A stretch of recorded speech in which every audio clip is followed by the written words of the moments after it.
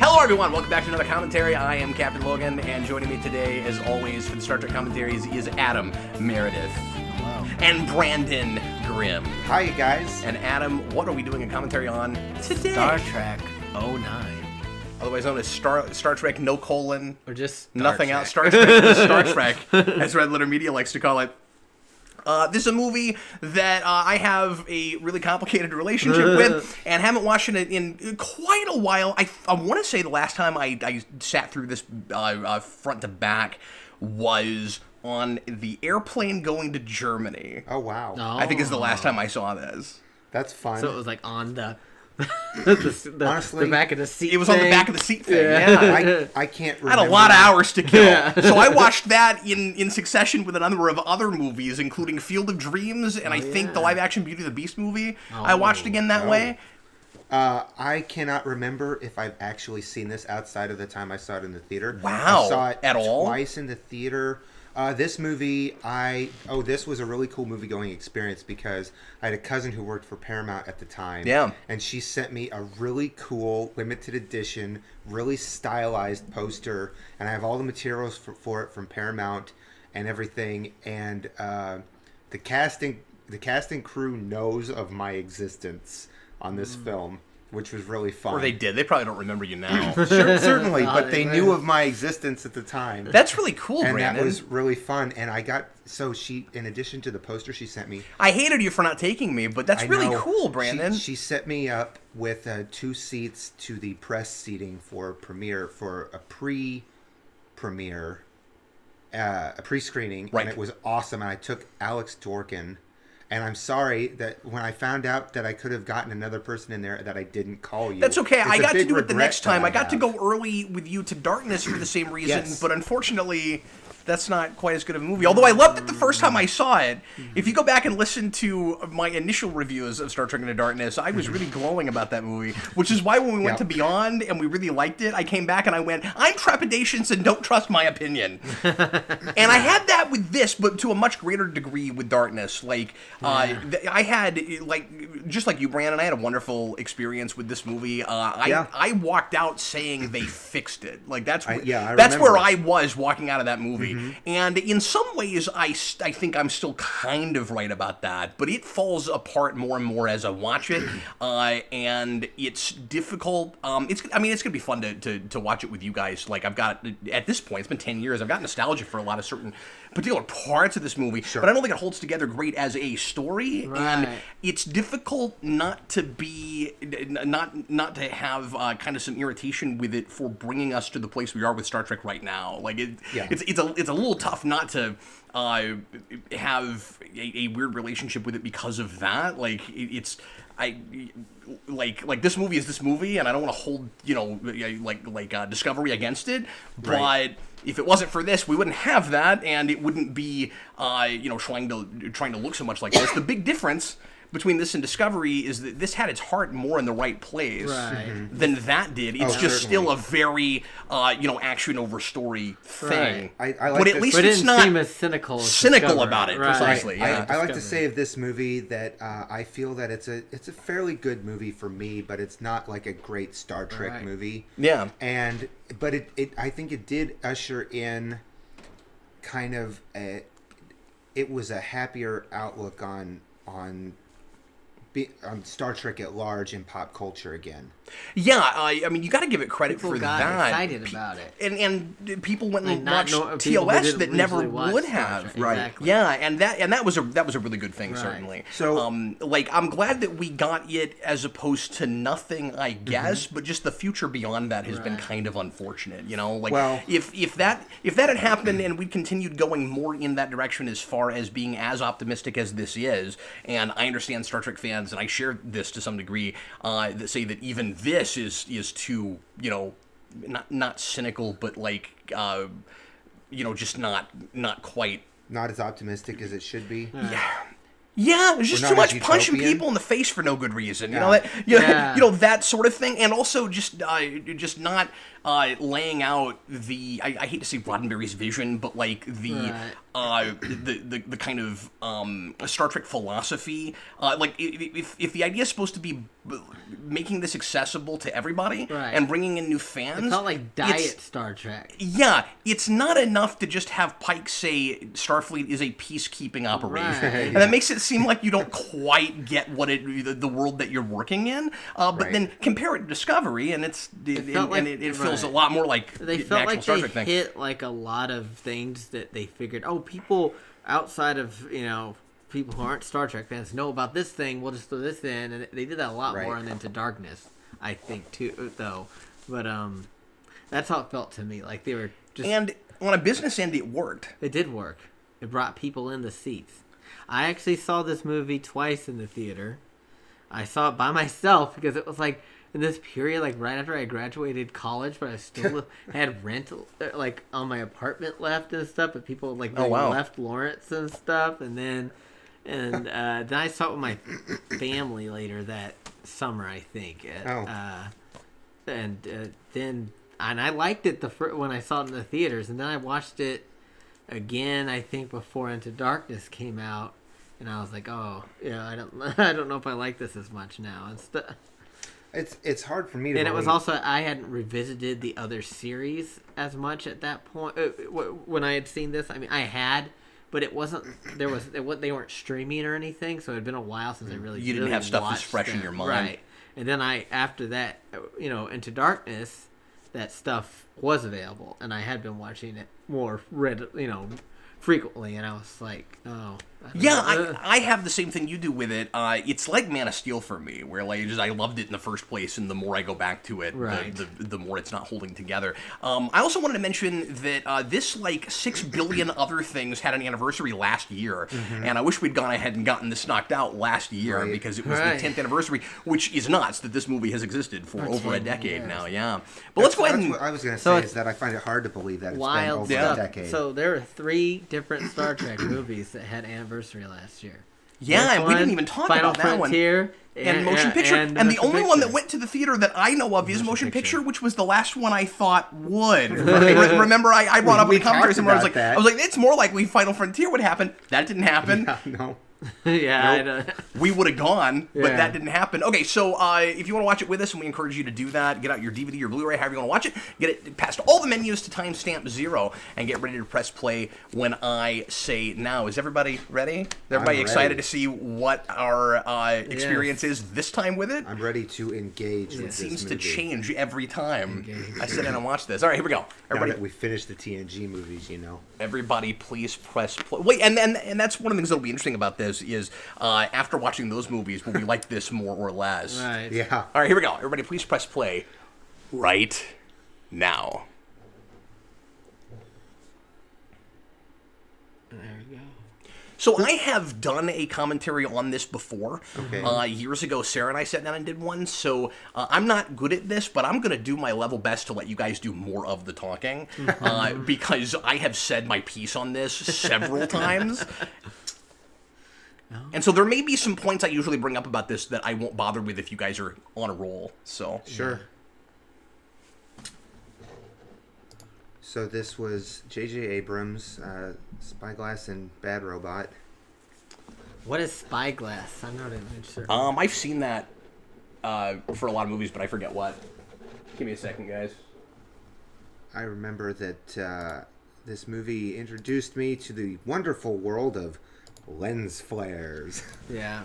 And when you go and look at the special features, there's this whole section where there's this like supercut of Abrams making a big deal out of how much he loves lens flares, where he just keeps over and over again being like, lens flares. Like, we usually try to take those out. We're going to add them everywhere. Wow.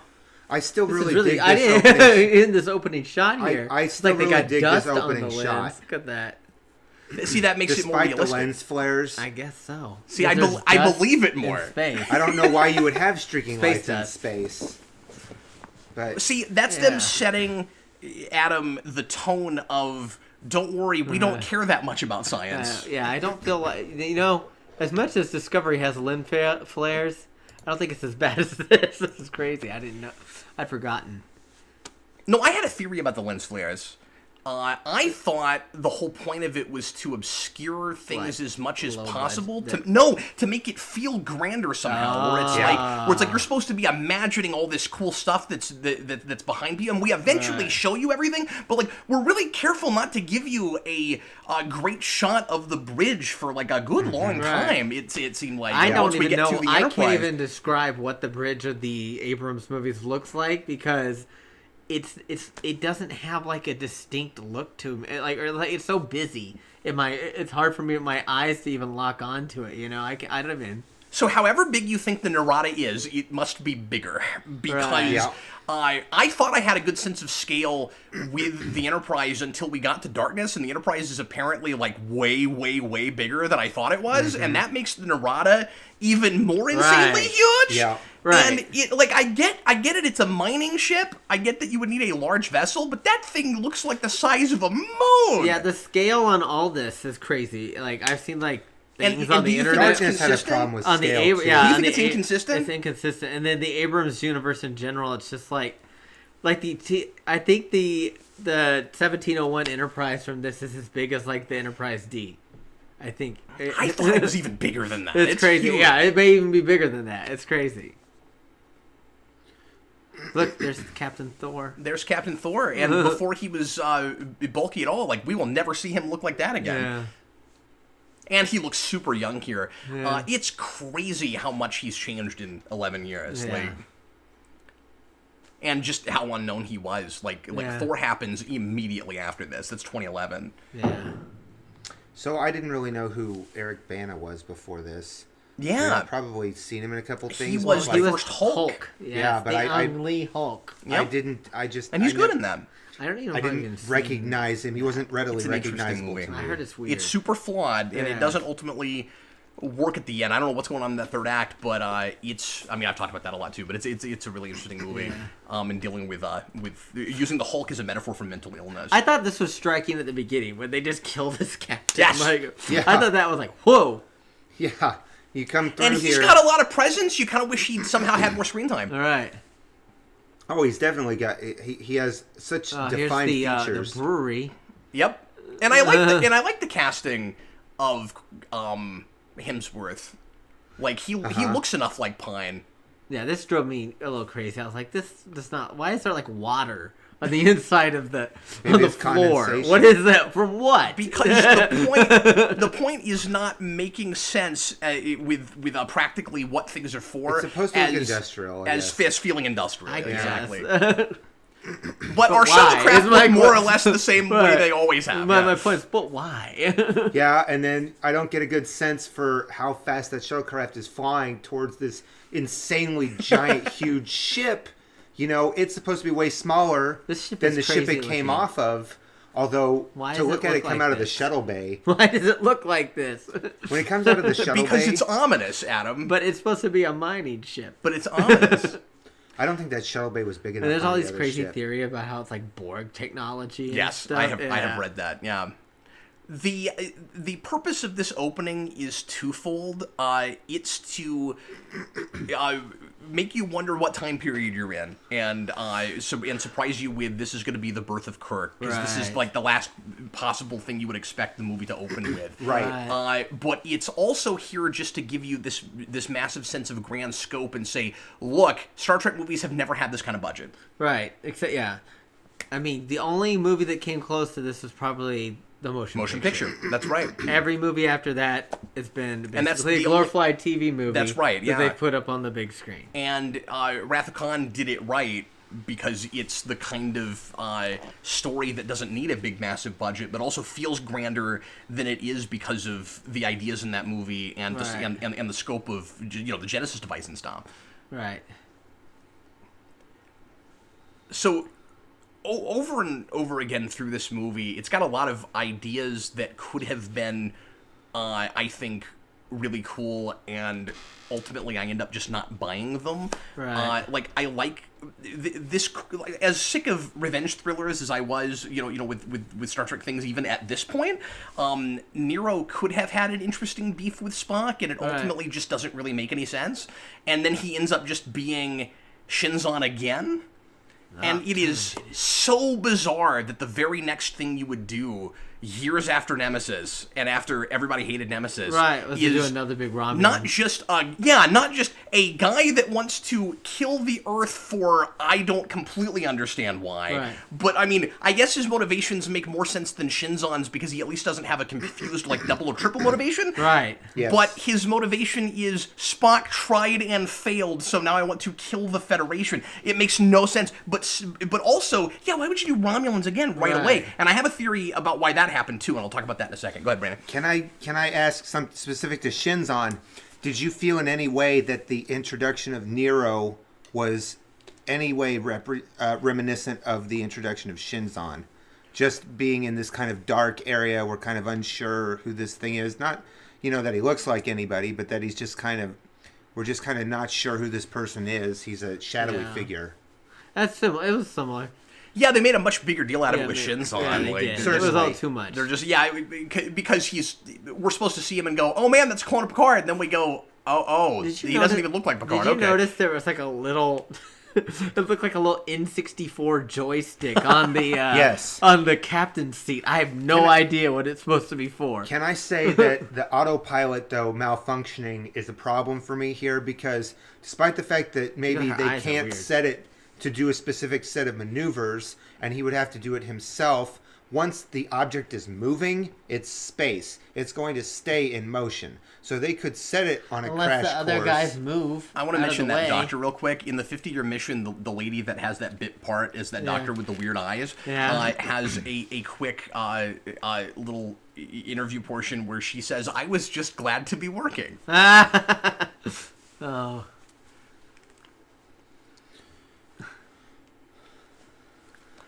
So this is a vintage Abrams scene. I was not surprised at all that I was surprised that the movie opened the way it did, but not necessarily by this drama. Yeah. This is a very Abrams Alien Lostian kind of dramatic scene. Right. In the theater, I really especially the way this is edited. This is what we did. And remember, Abrams directed the Lost pilot, but he wasn't the showrunner of that show. But that show and that pilot did this kind of thing constantly, where for a big, sad, dramatic thing, especially if somebody is dying, we drop all the sound out except for the score. Sorry, go ahead, Brandon. Well, that was that. I really appreciate how he dropped the sound out and left the score going. And I guess I appreciate that right away it tells you that we're going in a very different direction than we ever have with the way we're telling a Star Trek story. Like, if you're going to lose all the Star Trek fans, do it right away. Right. And it didn't I think it helped that I was already acclimated to his style, and I didn't mind this kind of thing being done with Star Trek necessarily. I love Giacchino a lot, and I think his score for this movie is marvelous. I dig his main Star Trek theme. Yeah. Throughout the score a whole lot, and I give him a lot of credit because he tried using other established Star Trek melodies more, and it said it just did not work for the movie that they were making. Right. And so if anybody is to blame for that, it's Abrams. Because Giacchino's like, well, I tried some of the Goldsmith stuff, and it just didn't... Right. The best part of this score for me is the end credits. I really loved that when I saw it in the theater, and I thought it was a great kind of homage to the original series. Right.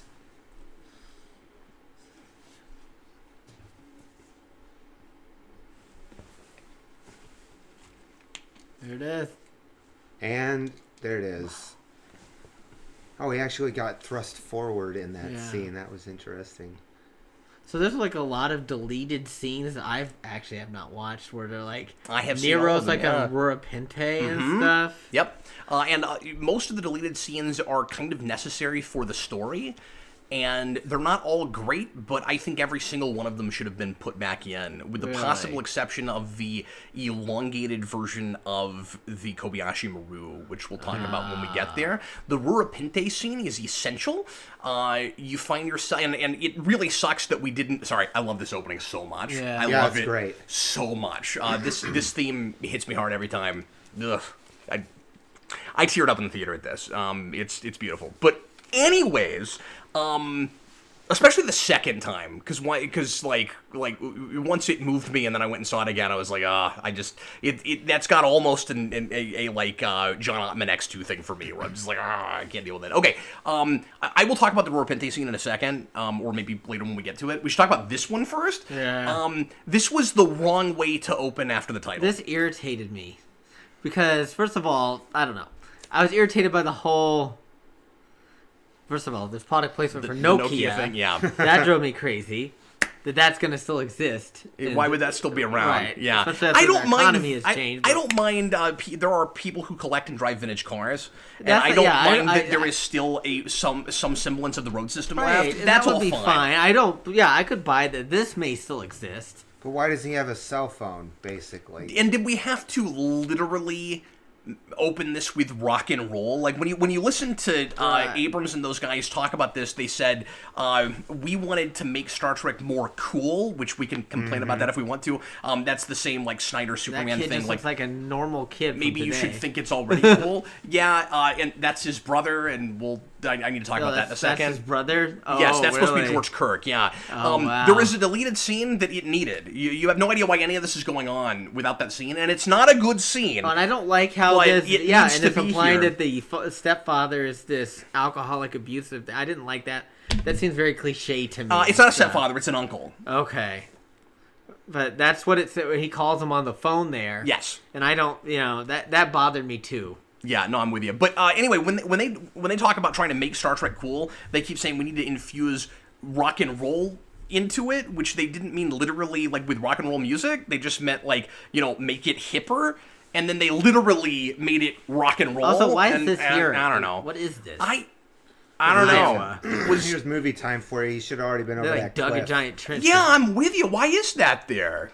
I guess they've ruined the planet to build giant starships on Earth, apparently. I don't know. Yeah, but I don't know if that's why that's there. I don't know. And supposedly it's right by here. And all of that kind of thing is, well, we're thinking about it more than they did, because all of those kinds of decisions are made for a visual in the moment. Right.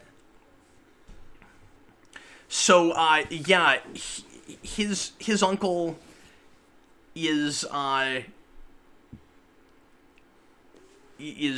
just kind of a jerk face for no good reason, and his brother is annoyed at James Kirk because he's too squeaky clean and gets good grades and everything. And even though that's not a good scene, we kind of needed to know that about him, because the way we're introduced to him, it seems like he's just like a hot rotting bad little kid.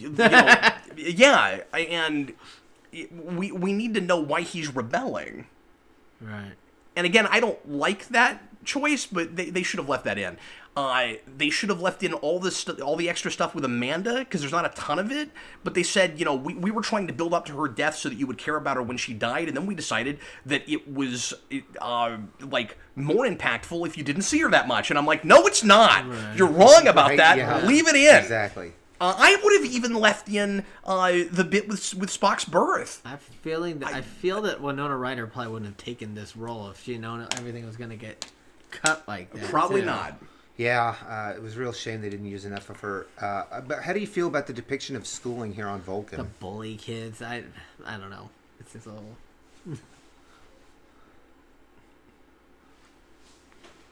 Yeah, I don't know.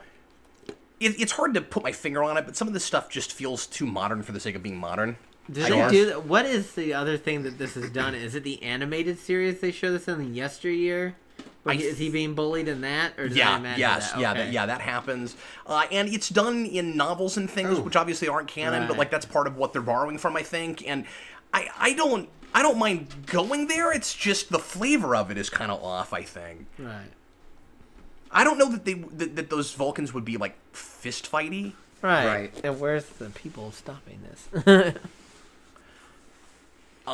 there's one of the scenes with Amanda that's cut. I don't mean to just talk about deleted scenes, but they're all. I think most of them are necessary. Right. There's a scene with Sarek and Amanda, like talking about this with Spock listening in the background, not knowing that he's there. That I think helps inform his character greatly. That I think they also should have left in. Right. And like, there are obviously quite a few scenes they cut, but they're all short. I think the whole movie would have been maybe 15 minutes longer, and I think they should have allowed that. Right.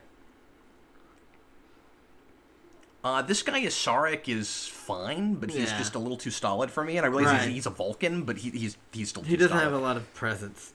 He's kind of just a nothing. He kind of reminds me of a low-budget James Cromwell, just a little bit, with that makeup on. Like his face. The brows. Yeah, his type is a little bit closer to Zod. Superman 2. Oh, yeah. That would have been a cool casting choice, actually. The Terrence Stamp. Terrence Stamp, yeah. Terrence Stamp should have been Sarek. That would have been a great choice, actually. I appreciate the angular, the angular architecture here on Vulcan. I like We what see a Vulcan lot. looks like, yeah. Yeah, it looks good.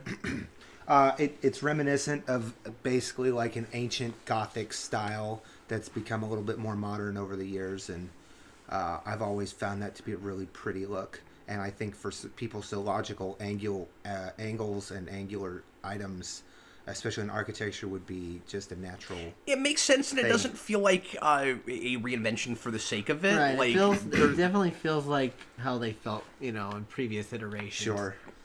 yeah, I think it fits with everything we've seen from Vulcan before. What do you think of Zach Quinto's Spock? Overall, I think he's okay. It's okay. I do not know what people were talking about, including the producers of this movie, when they said that he looked surprisingly like Nimoy, and that's part of why they cast him. I don't see it. Right. I don't know about you guys. I don't know what they're talking about. I mean, I could a little bit, but not a huge amount. He looks more like Nimoy than the Discovery Spock. I'll say it. That's true. Yeah, but this idea that, like, oh, it's so uncanny. No, like, no. I don't really get that. Yeah. But, all right. Not uncanny. We did a lot of. That's that guy. What's his name? I don't know. He's the guy that plays Ira Graves. Oh, that is who that is. Yeah. Wow. Oh, nice. That's crazy. Wow, nice call, man. Glad you brought that up. Morgan Shepherd, I think it this is. is not- him Yeah. is to love That's him. insane. This is not a set. I don't know where this building is, but Oh, that's this is a real building. Yeah. What about the background? Is That's that gotta the? be. Oh, that's no, the. they added that in. Is that the Air Adam, Force but Chapel? I don't know. I don't think they filmed this in the Air Force But I- Chapel. but I think There's a Colorado very famous Springs. piece of like military architecture that looks like that. It's probably the same freaking airport that Abrams always used, like in Lost, to be Sydney and stuff. That was like Pasadena or something like that, with all those beams. Remember that? Yeah. I think. Sorry, I think that I'm distracted by the editing here. I think the choices in when we reveal certain things with Kirk and Spock's past are kind of strange. Right. Like, we go from one scene of Kirk in that car to young Spock, and then we jump to older Spock. Right. That's weird organization. Yeah, that's very weird. You'd think you'd get this scene Right. and then go to adult Spock, but I guess the reason we can't do that is because when we go to adult Spock, that's still in the past, Right. And they're just really clunky. They cannot decide how exactly to give that background and open this movie. Do you think? And I hesitate saying this because I kind of appreciate putting all the flashbacks up front so we can get that out of the way. Right. But not really caring for the way that's organized, the way that's structured, I wonder if this might have been a case where it would have been better to put them throughout the movie. I don't know. Right. Just to integrate them It later. could I have don't know. been, yeah. So This is another scene with weird product placement for Budweiser Select. Yeah. on Which I don't even think exists now anymore. I haven't seen that beer in a long time. I wish there was Zima. Zima. Like, no, the Babylon 5 already got that. Yeah, I know. But I'm sorry, what? in an attention to detail in this scene when Zoe Saldana first shows up as Uhura, she picks up a menu. I just noticed this for the first time. This the whole little thing's pictures on the moving on menus it, are yeah. moving. Yeah. That's pretty darn cool. And also, what kind of technology was Nero using when he was throwing around those pictures of Spock and his little Some weird hologram thing. 'Cause that's the thing we all do now is floaty hologram screens, which That's the future, Adam. ridiculous and they just look silly. Yep. That's all. It's all going to be later. Yeah. They're like, oh Even though god, now we've got it's harder touchscreens, to- we've got to come up with something else because obviously something, that's going to look normal to people. So we have to something that's going to look more futuristic. The problem is that we're living in the future now, and we have perfected certain things that probably won't change all that much in the next couple hundred years. The holographic screen has got no security. It's just like those clear screens. And there's nothing behind it, Nothing so it's behind harder it. to look at. And everybody's going to see what you're looking at. So all of a sudden, this guy's did we need that? We did not need that. Yeah. All of a sudden, he's a badass, just taking on 4 of them. You're just gonna color commentate the movie, Brandon? Yeah, he is. Is that your whole plan?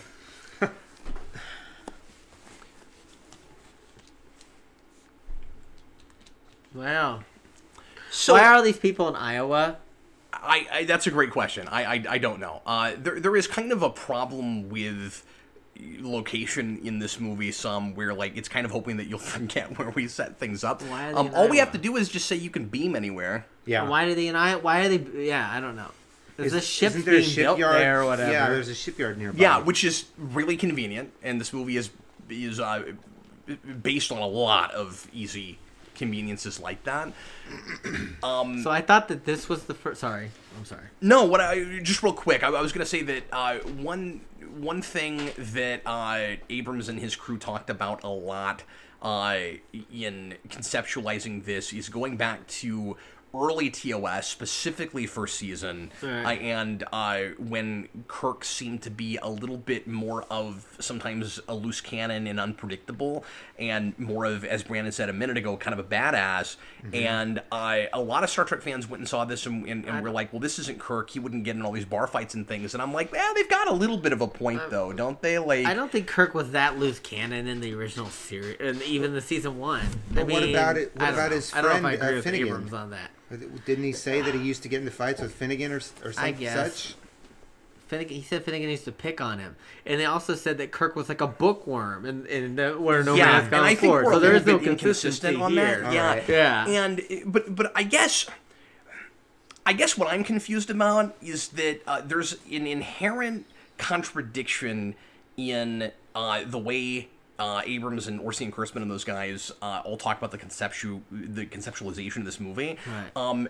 At the same time as they're talking about how cool it is to fill gaps and show you things that have been talked about but we've never seen before, and give you a sense of what these people were like before you see them on the 5-year mission, they also have to change the timeline to do it. Right. So they say like well, we changed the timeline in order to basically make fans happy so that we're not ruining their canon, which I respect to a degree. Right. But they weren't smart enough about it. So what ends up happening is, so they say I was reading this in the 50-year mission, Abrams says when you get to the end of the movie, these people are still the characters that you come to know and love, and to some degree that is true, but they're also different. Like, Kirk was raised a completely different way. Right. He's a totally, and Different he kind of gets individual. there. Right.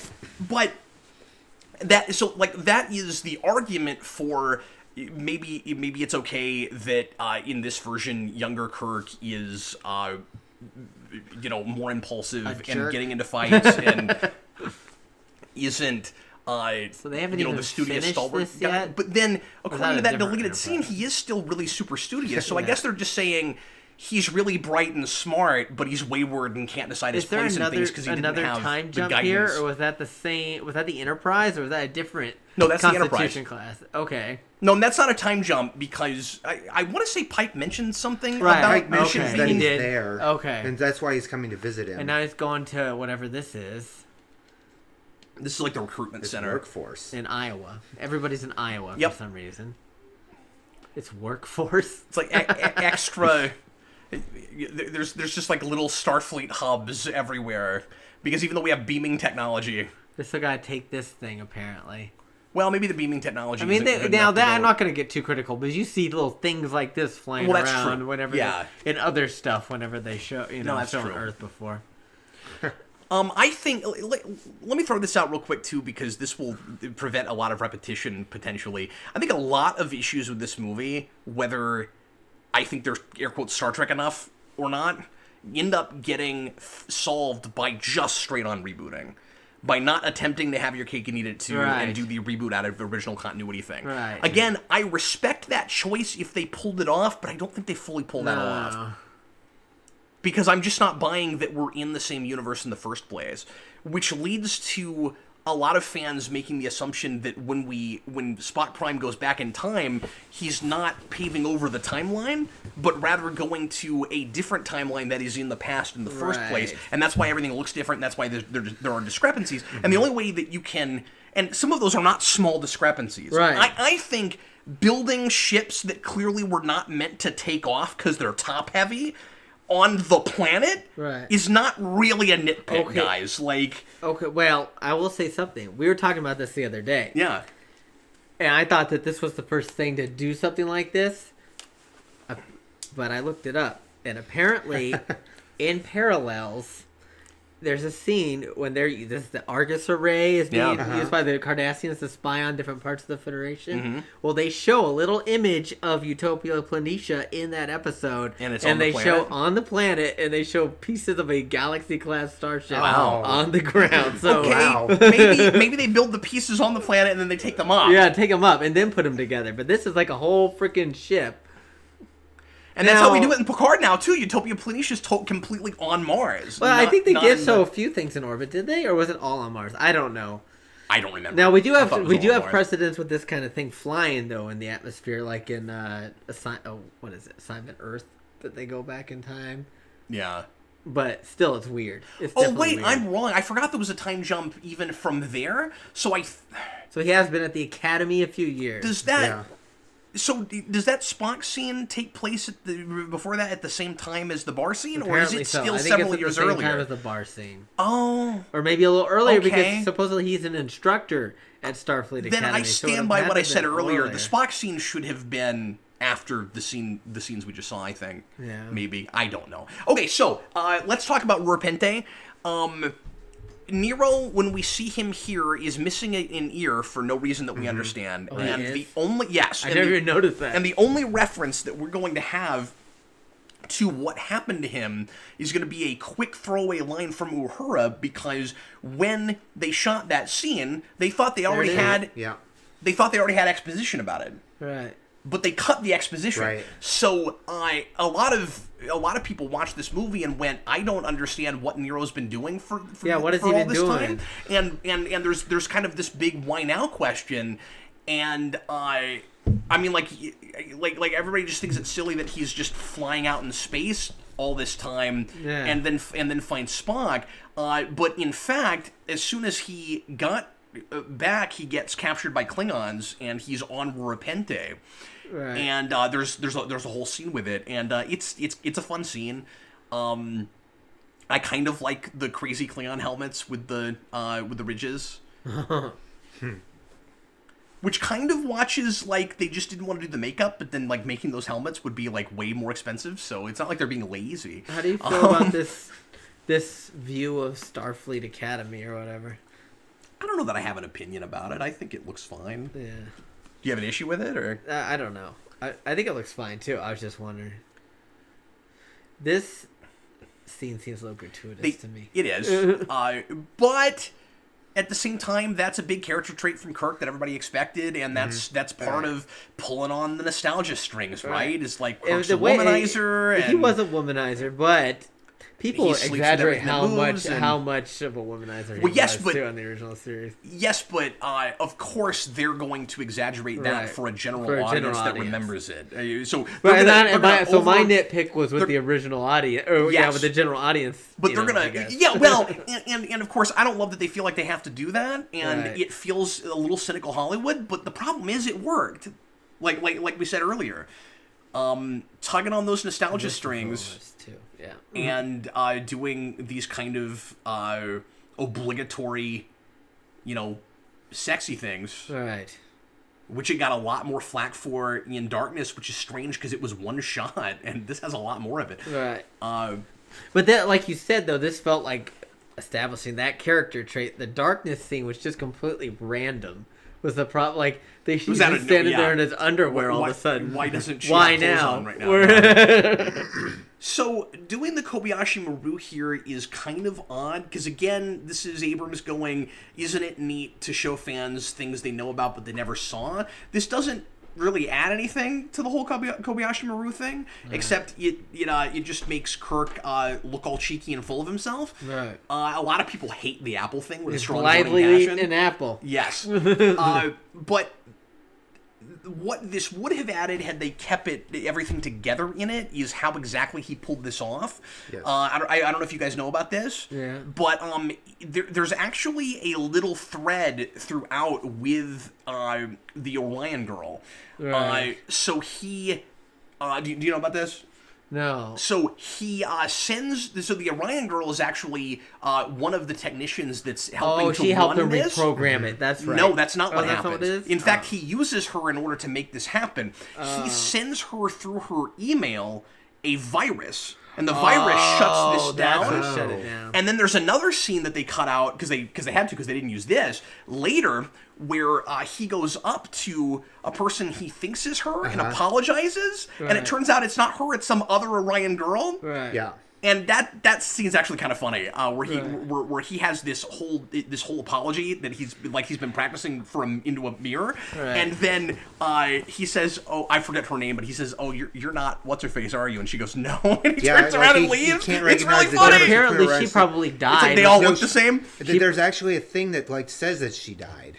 I mean, she gets on this ship, one of these other ships that gets blown up by Nero and stuff. Well, he so- should feel a lot worse about it. Yeah. Then, yeah. That's the problem I had with that scene. I was like, I'm Look, glad there's that's not Admiral there. Tyler Perry. Yes.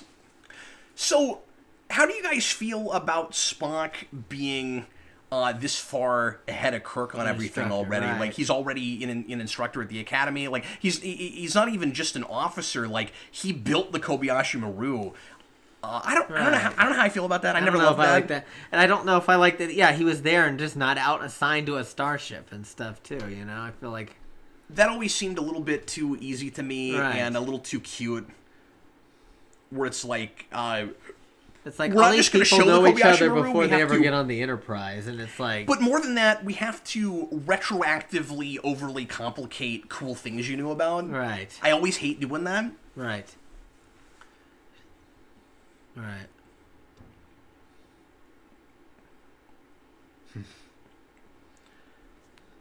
And again, it's weird when they say I don't want to go to this too much in this commentary, but it's weird again when Abrams and his producers say, "Isn't it cool to go back and see how these things happen because this is a new timeline?" Right. And so like I don't.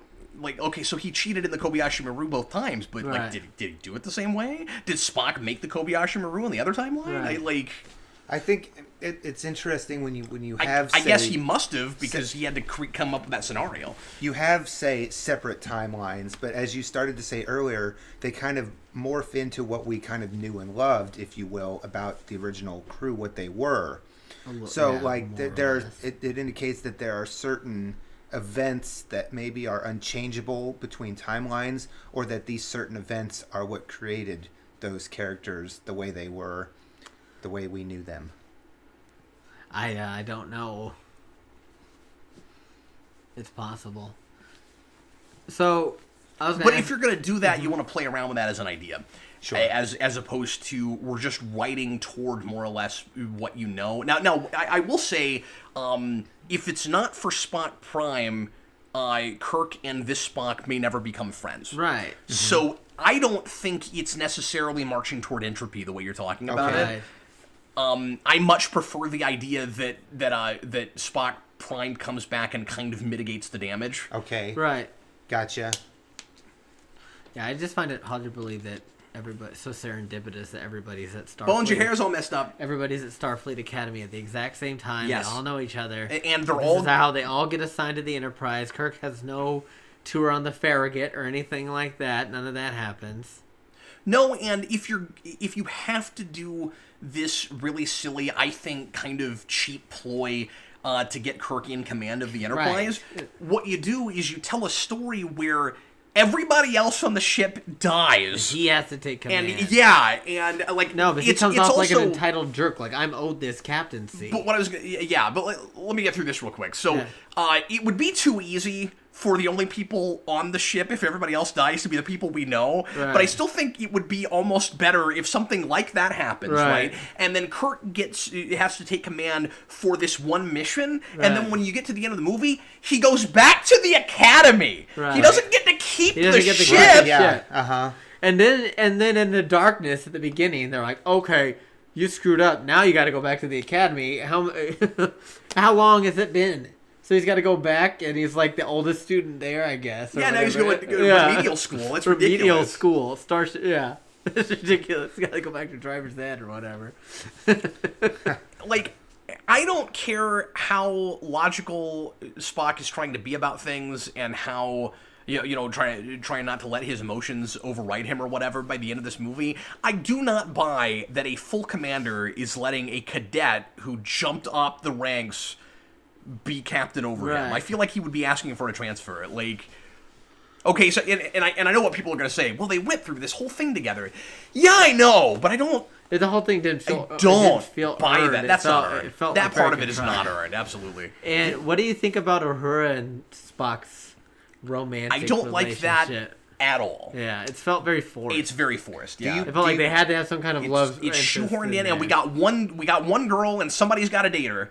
And like there was, and if you're gonna do that, make it Scotty, because that's the only person that ever had any remote. And people are like, oh, there's a bit with Uhura where she had some flirting in like the scene where she is talking about Vulcan having no moon or whatever in the man trap or something like that. I'm like, okay. You're really stretching this now. And the thing with, her singing this is built with up Spock too much. and his, they made and this his like lyre. Coruscant. I don't like that. What were you gonna say, Brandon? Sorry, I was gonna ask, do you buy that because Uhura is assigned to the Farragut? Do you buy that Spock, who made that assignment, could change her commission that quickly to the Enterprise without going through a proper channel? I don't know. Because they're trying to do everything is so fast paced that they're trying to do it. They're blowing through that kind of stuff and hoping that you won't think about it. Yeah, exactly. I like the look of that station. That looks interesting. It's pretty cool. Yeah, I think that's something that always bothered me. This is a good ship reveal scene, man. I'm not going to argue with it. Yeah. This is not my favorite thing to talk about, but do you guys have any issues with the design of the ship? It looks kind of odd. I always thought it looked a little odd to me. I don't know why. The front of it looks fine, but like the nacelles and stuff. I never had a problem with the kind of more rounded version of it. It's not as angular as it usually is. I don't have a problem with it, but it's not it. necessary for space travel to be so sleek. No, it's not. It doesn't bother me.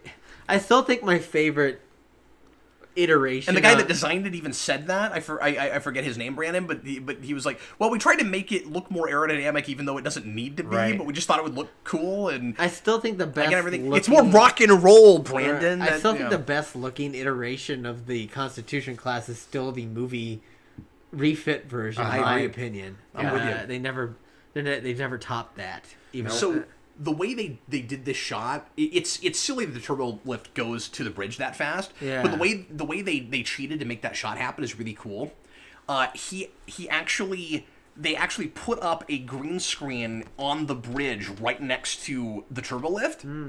So the background that he's not actually in the room that it looks like he's in. And then they rotoscoped him in. Yes. He went in the turbo lift, then came right back out again with the green skin gone. It's pretty cool. That's pretty cool. So I was going to ask you, what do you think? So we know that Berman was supposedly planning a Starfleet Academy movie. Yes. Before he got fired by Paramount. What do you think it would have been like? Do you know much about it? Like, really, beyond that he was doing it, or do we even? It didn't get into any kind of development. Okay. So there's nothing to really know. Isn't a lot to know about it. Okay. I don't think. I just listened. I just looked at the 50-year mission portion of the the movie projects that almost happened before this and then this, and that is not even brought up in that book. Right. I think if they had made that movie, it would have been a major bomb.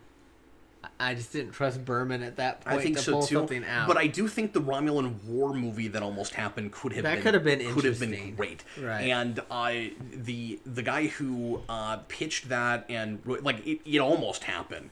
I said pitched it. He actually wrote at least the full script for the first part. It was supposed to be a trilogy. It's supposed to be 3 movies. And it would have chronicled the Romulan War. It was supposed to be about Kirk's great-grandfather, whose name would have been Tiberius. And it sounded really interesting. There was a lot of really cool World War II allegory and stuff. Right. It would have been a massive war epic, and the way it was described, it sounded like a reinvention, sort of. I mean, it still would have fit really well in Star Trek canon, but it sounded like kind of what Nolan did for Batman. Right. And it could have been wonderful. And it's unfortunate that didn't happen. The only reason is because the head of Paramount, who greenlit it, once the guy got the script done, that guy was gone. Yeah, he got there was a regime change, and that woman came in. Yes, and then he didn't get to make his movie. Right. Do you think it would have been financially successful? Hard to say. Yeah, it would have had to have been marketed right. Right. I think it could have been one of those things where it did just well enough to get a sequel, and then on video it developed more of a base, and then people got excited about the second. I would have worried. The only happened. thing I would have worried about is it would have been like too niche for a general audience to come and see without that draw of an existing crew. Go back, but go back and read what he was doing with it, because it may have appealed to a different audience even than just Star Trek fans, because he wasn't a Trek guy. Okay. And what he would have done with it would have been so different from anything we a type of war movie. Yeah, it would have been so different from anything we ever had. But what I really respected about him was he didn't like Star Trek that much. Really? But he really, once he decided to do it, he respected the canon. Right. And so he did a lot of research, and he was careful that everything fit. And even not being a Star Trek guy, he was like, this is sloppy about that stuff. Right. So some people think that some of this comedy goes too far. I'm of two minds about it, because it's pretty TOS-y in its way. Right. There's the brewery. How do you feel about his characterization of Bones in this movie? What are they supposed I to really do? enjoyed it. Oh yeah, he's the best of all the acting performances. Carl Urban. I'm gonna say he and Pine are right on par. I think Pine is so good, but I agree that he's perfect, and his performance is flawless. And the only thing I don't like about him is just that he doesn't get more screen time. Right. Abrams makes a big deal out of how he wants to tell a Kirk Spock story, and for some reason he's not that interested in the triad. Which is really great how much we got that in Beyond. Yeah.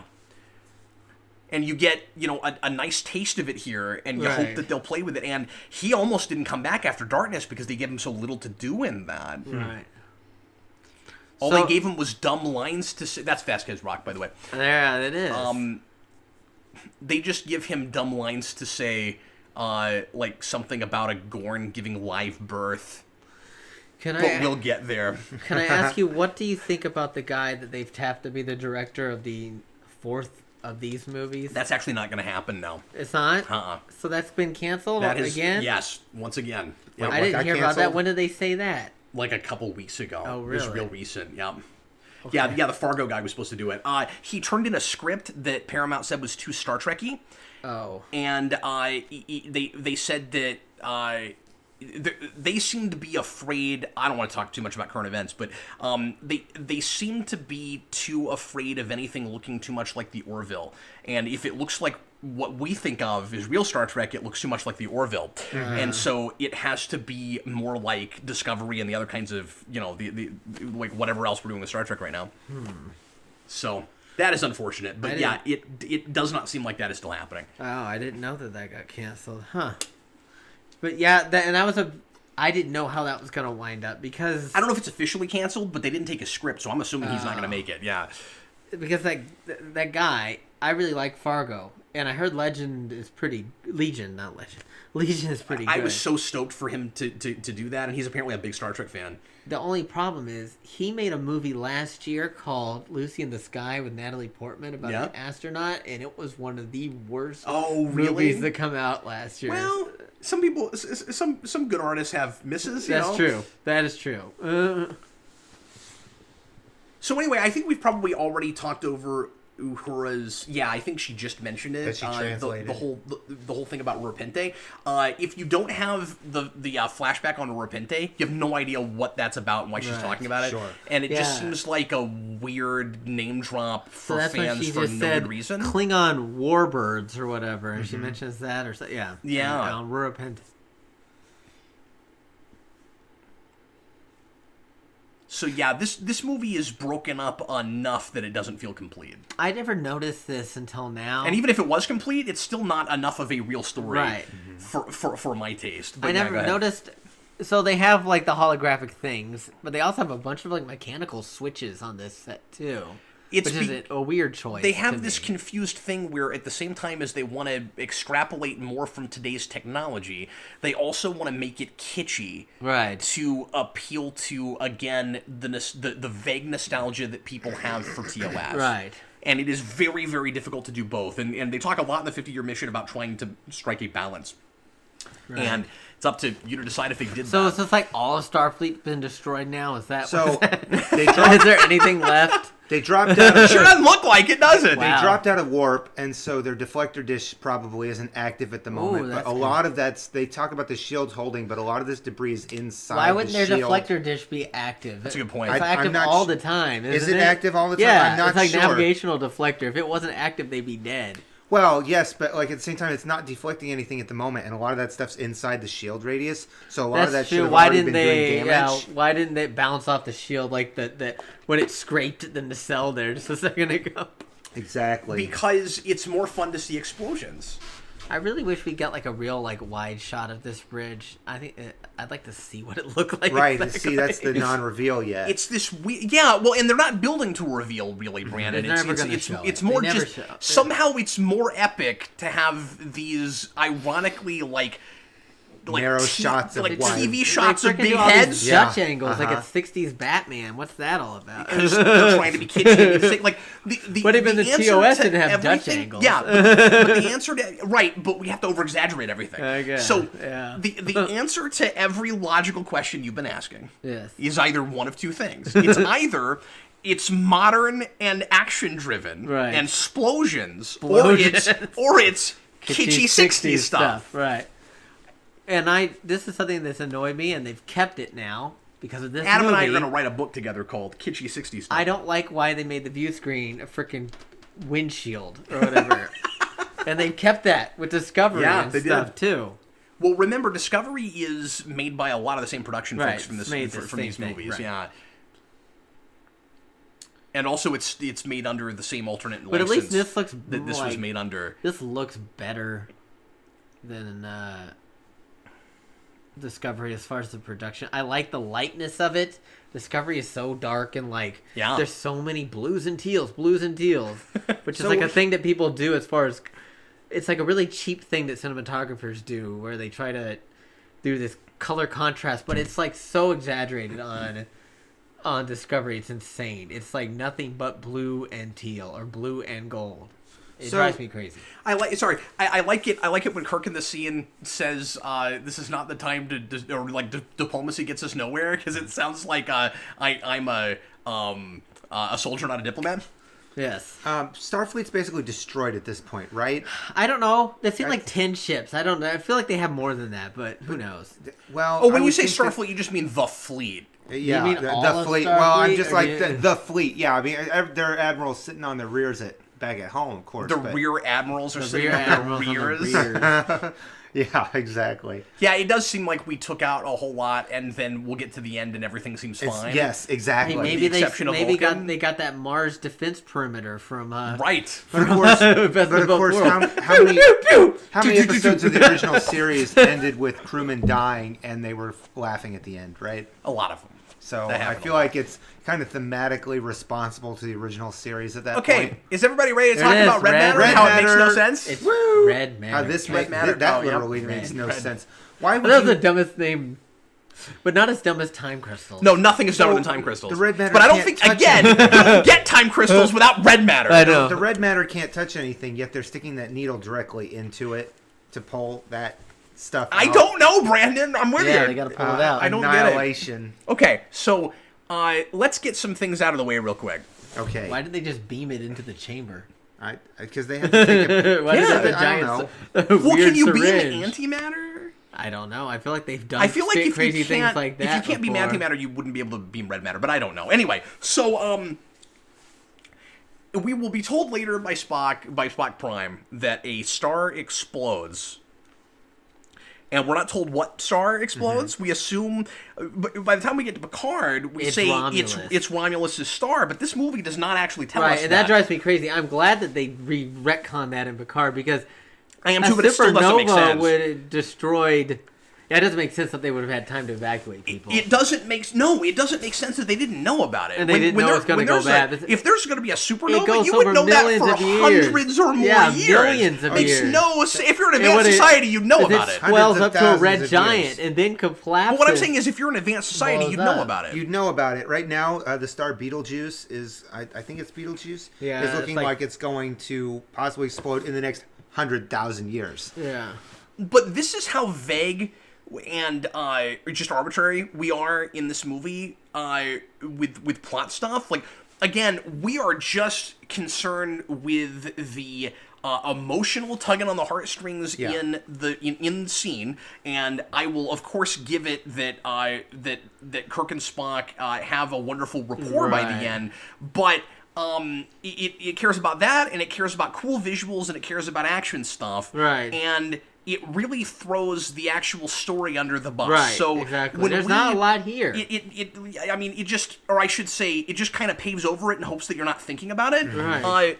I cannot believe that they are so lucky Leonard Nimoy took this job. Right. Because if he hadn't, they would have been screwed. Right. They wrote a script with Spock Prime being at the center of all of this after they had one conversation with Leonard Nimoy where he said he might be interested. And they hoped to God that he would actually take the role, but he did not commit to it until he got a script. Right. And they are so lucky that Leonard Nimoy Right. agreed to be in a movie where he has the line, a star was going to go supernova and threatened and threatened Destroy the galaxy. universe. Oh, he says universe? or the galaxy or whatever it is he Okay. said. Yeah, maybe it was Wow. galaxy. It's ridiculous. Like, why would the star exploding threaten the whole galaxy? Exactly. It Brandon? doesn't make any sense. I like that this guy that was like, let's kick some, It Yeah. would he not gets killed like threaten just the in galaxy. here. No, it wouldn't. No. It wouldn't threaten That's the what I'm galaxy. saying. Right. It was ridiculous. It would threaten the system. I can't believe not the galaxy. that Why is there no that's in there. sound during this scene? Because if that were going to threaten the galaxy, then... Because it's more when we dramatic without had- any sound. But Adam. there's sound in when we space had in even Star Han- Trek, so it doesn't make any sense. Well, again, if they wanted, and the thing is, it's inconsistent, but it's on purpose. Like Right. that is just for the sake of like creating some tension in the moment. That's Adam, true. it's not about there's not sound in space because they'll do that in other places like on planets and stuff. They'll I just guess drop all the that's sound true, out. yeah. That's not because there's no sound in space because they also will give you sound in space. I guess that's true. This looks really bad. I never noticed like how it looks really. It looks like they CGI their faces into these helmets here.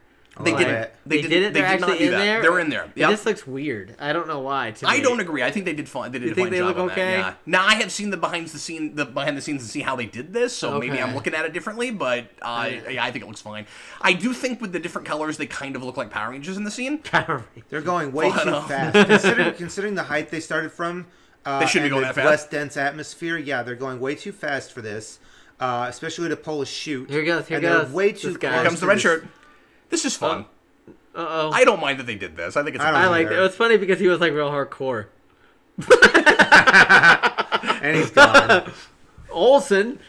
Yeah. And we'll never talk about him again. Believe it. That's great. Okay, I really loved Anton Anton Yelchin's Yelchin. performance Yeah, he in was this, good. and I was so like, I was very upset when he passed away for specifically his role in Star Trek.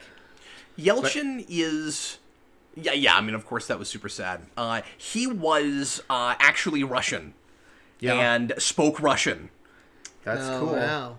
And I don't know if the bits where he speaks Russian in this movie were actually in the script or if they let him ad-lib those. Right. But when he does that, he doesn't have to go look up those words. He speaks Russian. He knows what he's saying. It's pretty cool. I don't mind this action scene. So I feel the same way about this as I do with...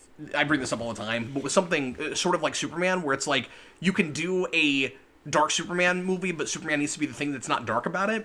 I think, there are counterintuitive things that you can do and still win me over on it's still of the spirit of the thing, right? Yeah. You can do a big, epic action movie for Star Trek and not lose the philosophy of Star Trek or the science fiction of Star Trek. Sure. And so, I don't know if you agree with this, Adam. Right. I don't mind doing a big spectacle in Star Trek. I don't think that's the problem. The closest thing I think they did to that before this Was First Contact. Why does Sulu have a And collapsible... we had a lot of issues with that, too.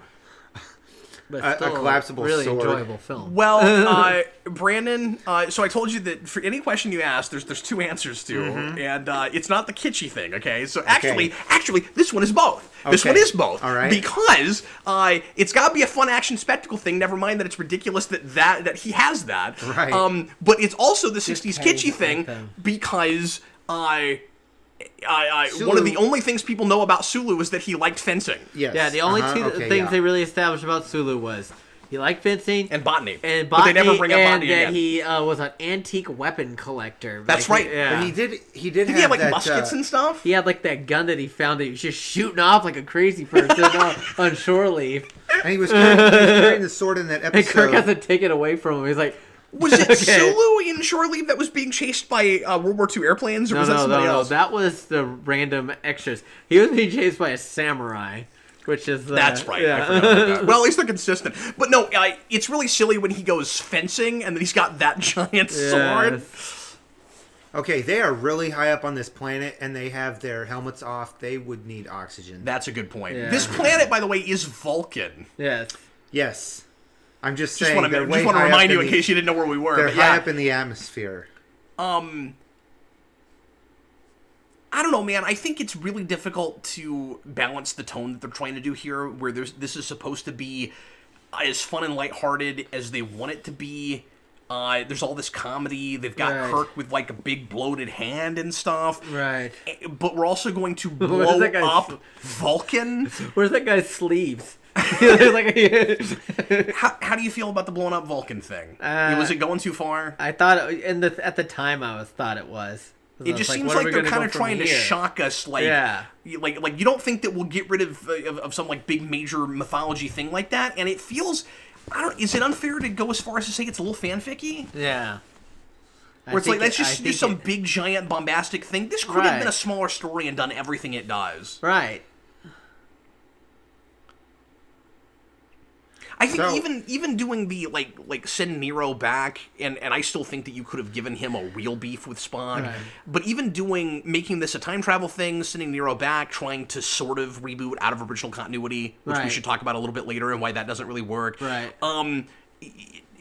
I don't think you had to go as far as blow up the planet. I think they're doing that. He's imploding the planet.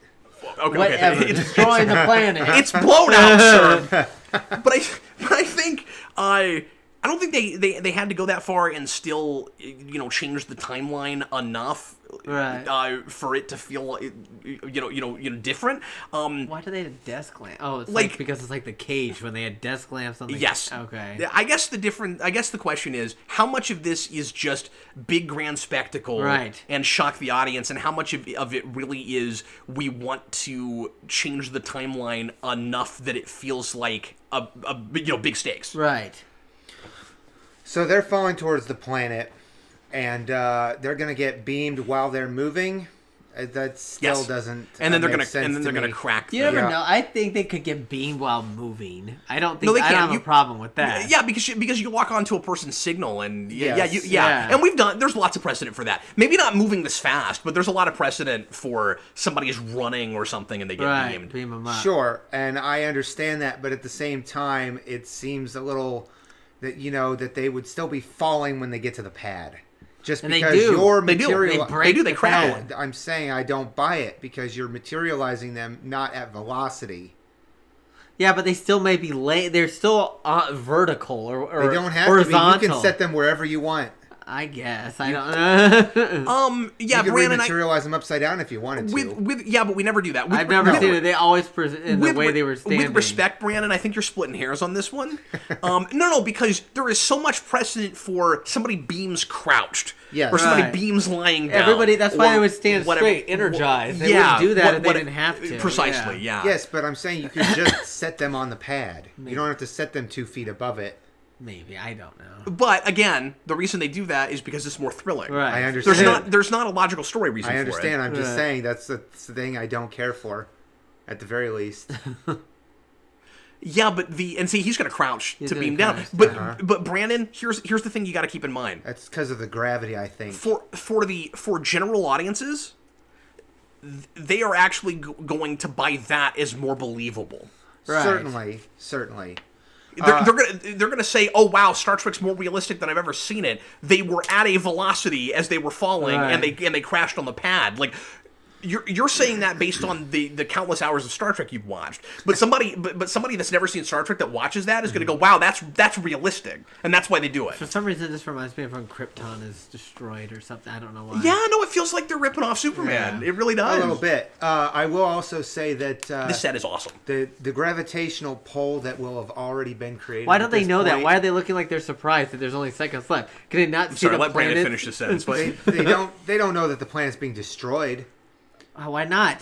Well, It's falling apart. not only that, yeah. Why is nobody trying to leave? So I have huge issues with the ultra pacifistic way that they deal with the Vulcans in this, as if the Vulcans are not just that they're pacifistic, but like that they're so mired Apparently, in they tradition. lose her transporter lock. Yeah, when it they do. falls yeah, through. when I she don't falls understand through, how that works. This is either. another. But like it's almost as if they're so mired in tradition and ancient culture and stuff that they forget that the Vulcans are an advanced race.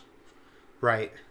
They seem way more ancient in that one specific. Well, it's like they area don't Vulcan even. It's like they're force. not even looking at computer monitors and stuff. Like they should have known way Yeah. before the Enterprise did that What was that going was on? coming. Why were they? What the hell were they even standing around? It was just like a. Also, a don't thing. they have a fleet? Yeah, don't they Yeah, have stuff? they They do. have. They got to have a way to evacuate. There should be Federation ships stationed at Vulcan. Yeah, they're it- part of the Federation. No, it's ridiculous. And they should all Yeah, be it's as leaving. if it's They as looked if at they it have like they were nothing. surprised. And also, why did they need the Enterprise to try to stop the red matter? Like, why couldn't they just shoot something at it, or fly something up and grab it? I guess you wouldn't shoot at it, but why is there didn't nothing why to didn't they defend send a it? team? It's one ship. Well, Yeah, I mean, it's well, a that's big what I'm saying, ship, and but still. I think it's as simple as they think the Vulcans are so pacifistic they wouldn't have weapons on the planet, and that's stupid. That's not real.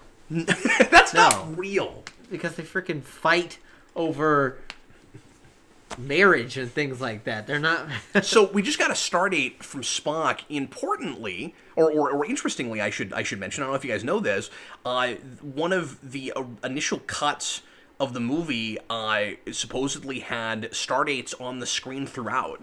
Really? Like every few scenes, they would give you a stardate, and they cut that out because they were afraid it would confuse the audience for some reason. And I don't really understand that. But I kind of like doing that because it gives us more of a sense of timeline. I guess that's true. You can see how it's passed.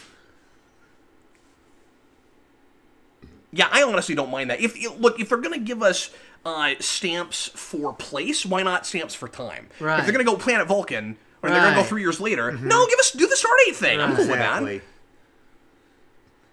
Yeah, I still don't think anybody's topped Okuda's like scenic design and stuff I'm in with you. Star Trek. Graphics.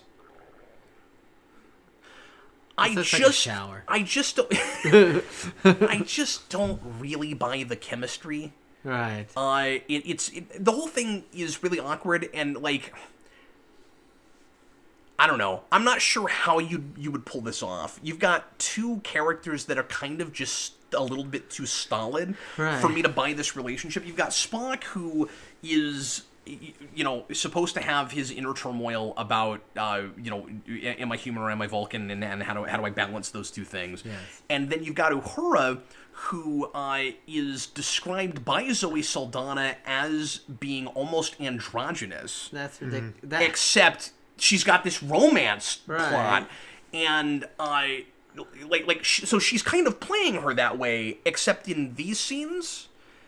I don't even buy that how she plays Uhura to begin with, because Nichelle Nichols had way more panache as Uhura than She was a lot more lively. Right. Yeah. I have come around on Zoe Saldana as an actress, but not as Uhura. Right. Okay. I think it's taken a long time for her to find her legs as an actress. I think she's been kind of set dressing too much. Right. And some of it's not her fault. She's just not given a lot to You do like in her things as she's in. Gamora? I loved her as Gamora finally in Infinity War. Okay. I think she is the VIP of that movie. Right. Or the MVP, I should say. I really do. Right. Don't tell me it didn't happen. I was there. there. It happened. What is this? What is he standing in? What is that? What is the liquid? Oil? idea. Oil. You got a problem, Nero. I don't know. The plumbing's backed up. We're talking over this very important exposition that's going to make all of this make sense. Wrong. The Federation did nothing. Oh, so what they do?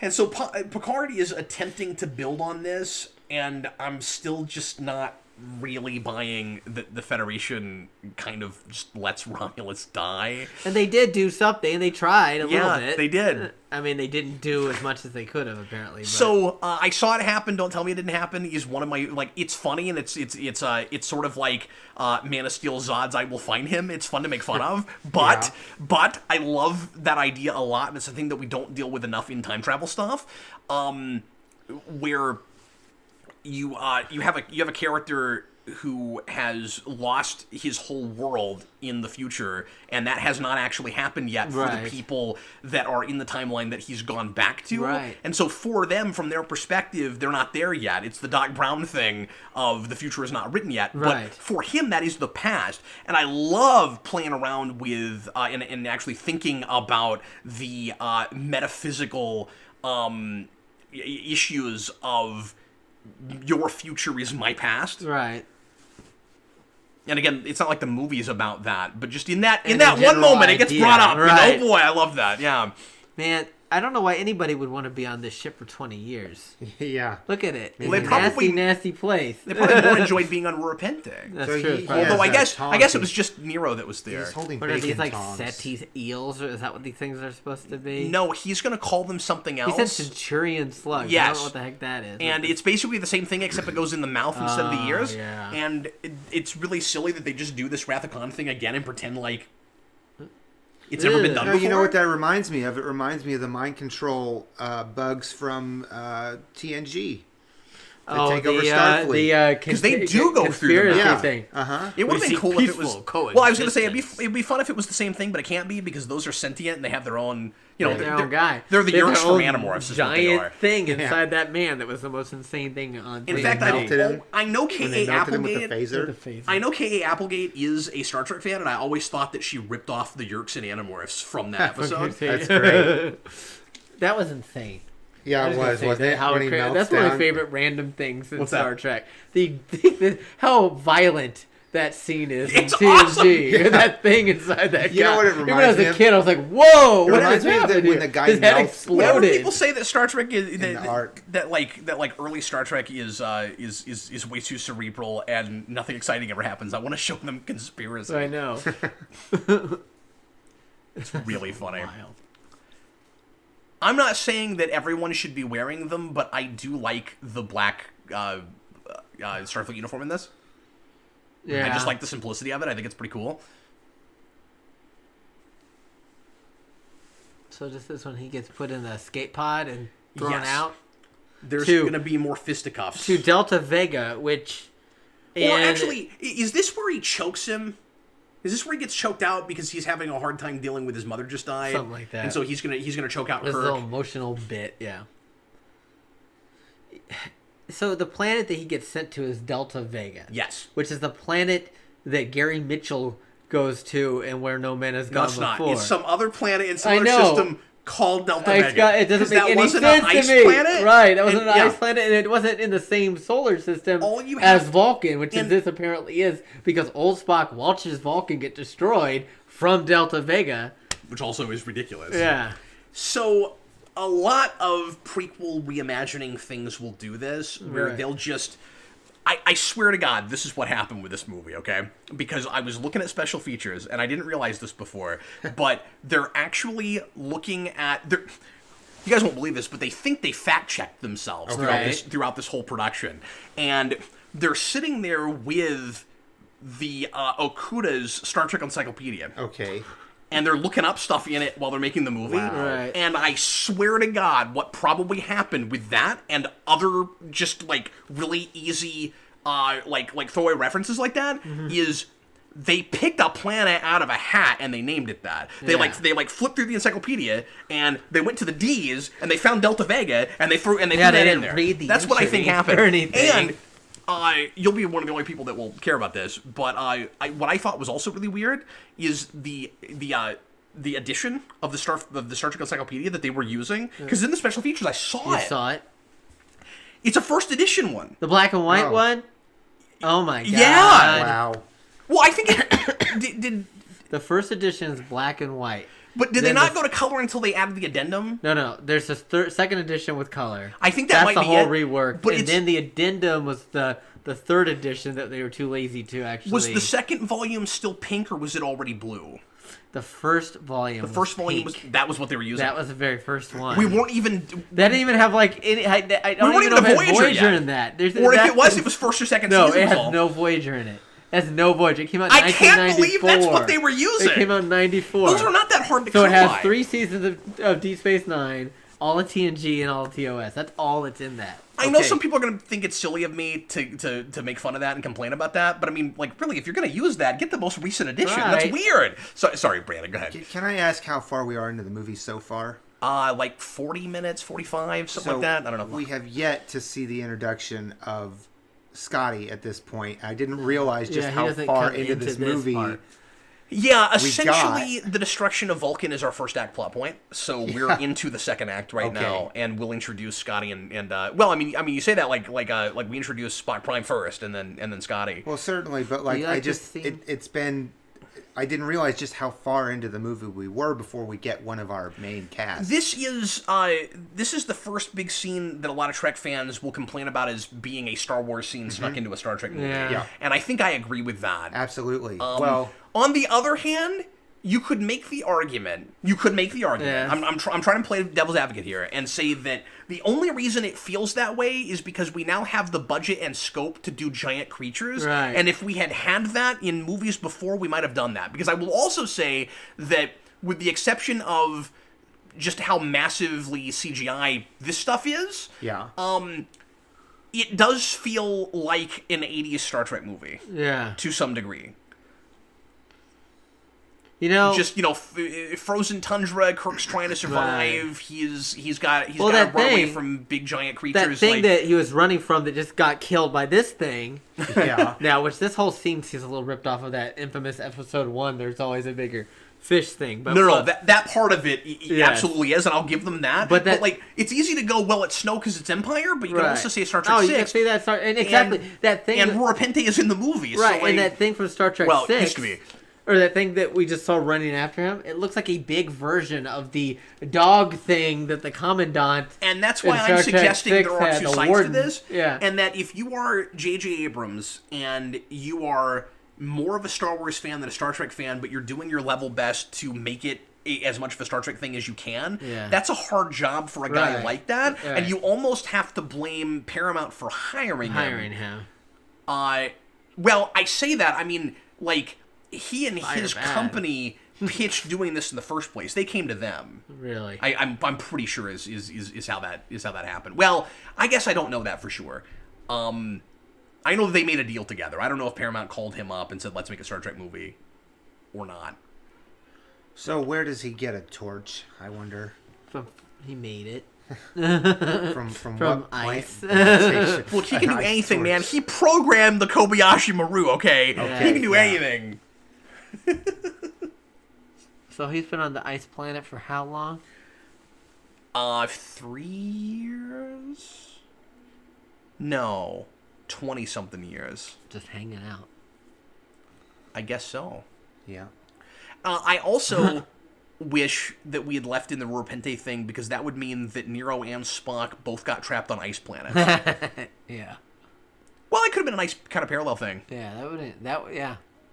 But, like, give them any kind of screen time at all. Like, I almost would have opened this movie with a flashback with them. Right. You know? Right. To, like, flesh that whole thing out.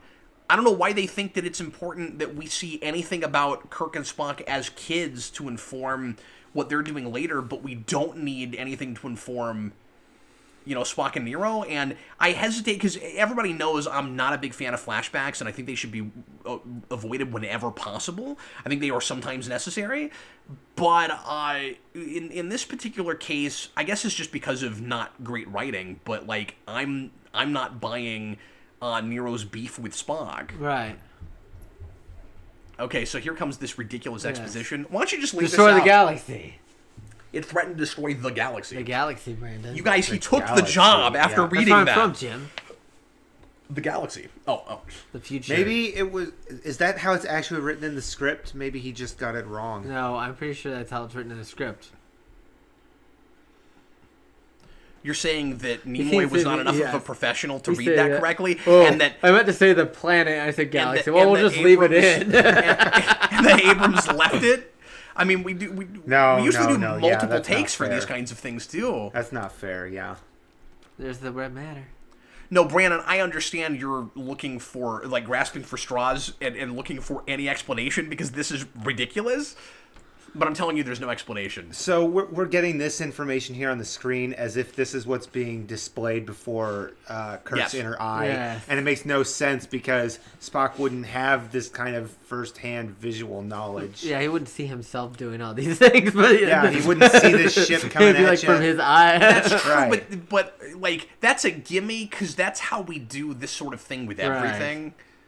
Where, like, it's for the audience's benefit, but we kind of, like, you just have to kind of You just have to go with imagine what he's seeing, that it's not exactly what you're seeing. Like, I'm with you. That is kind of a problem, but everything does it.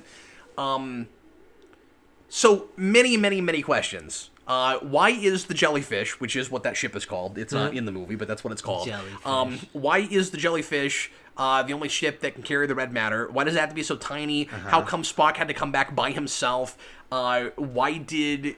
I mean, maybe he didn't have any help at all for some There's a reason. Repente thing that they showed 2 seconds of. Yep. And that's his ear missing there. But, like, how come... Like, is Spock just working by himself because no one will help him for some reason? Like, if somebody helped him put in... There, of course, in the Countdown comic, we actually sort of get an explanation for this, but forget that. If, like, just for the sake of the movie, Right. If he had help from TNG crewmates or anybody else, how come they sent him back by himself and risked the future, or risked their present on a... Right, kind of mentioned that on this elderly Vulcan, like, all by his lonesome. I just don't understand that. So There it is, he's watching looking. it. Look how at close it is, too. That's It's what like I'm a saying. boom. Yes, that's what I'm makes no saying. I was sense. about to say it's so crazy. close. This other planet. And again, it's been a while since I've seen this. I'm sorry. The way I just put that, I think is wrong. He didn't go back in time on purpose, did he? No, He they got sucked back into the when he was black trying hole. to put the black Yeah. hole. So But why was forgive me he- for saying that, but how come nobody else is with him when he does that? Right. Like, so, like, that's silly.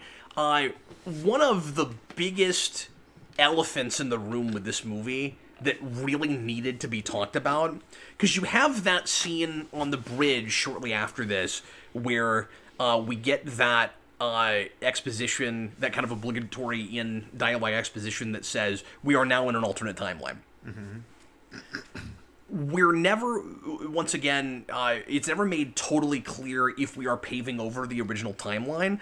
I am led to believe, just with what we're given in the film, but also the way Abrams and Orsi and those guys have talked about it, that at least while they made the movie, like, they're taking creative license with what it looks like and some events and things, but they have decided that indeed we are paving over the original timeline. And so, and that, like, Star Trek fans get their canon just through the fact that Spock Prime, experienced it. Don't tell me it didn't happen. It happened, right? Okay, so if, and again, I can't be for sure so that is exactly saying what's going on. Off like a separate timeline, or well, anything? they're just ambiguous about it. The thing is, in every other Star Trek thing, Spock would be trying to fix the timeline. Right. Of course. He would be trying to preserve the timeline, And that's logical. and he doesn't do that here, and he needs to be talking about why. Right. We need a scene where he, like, it's not enough that on the bridge they talk about it as a branched off timeline. Right. They think that's what it is. I can't be totally sure about that. Right. And it's never worked that way in Star Trek before. You see what I'm saying?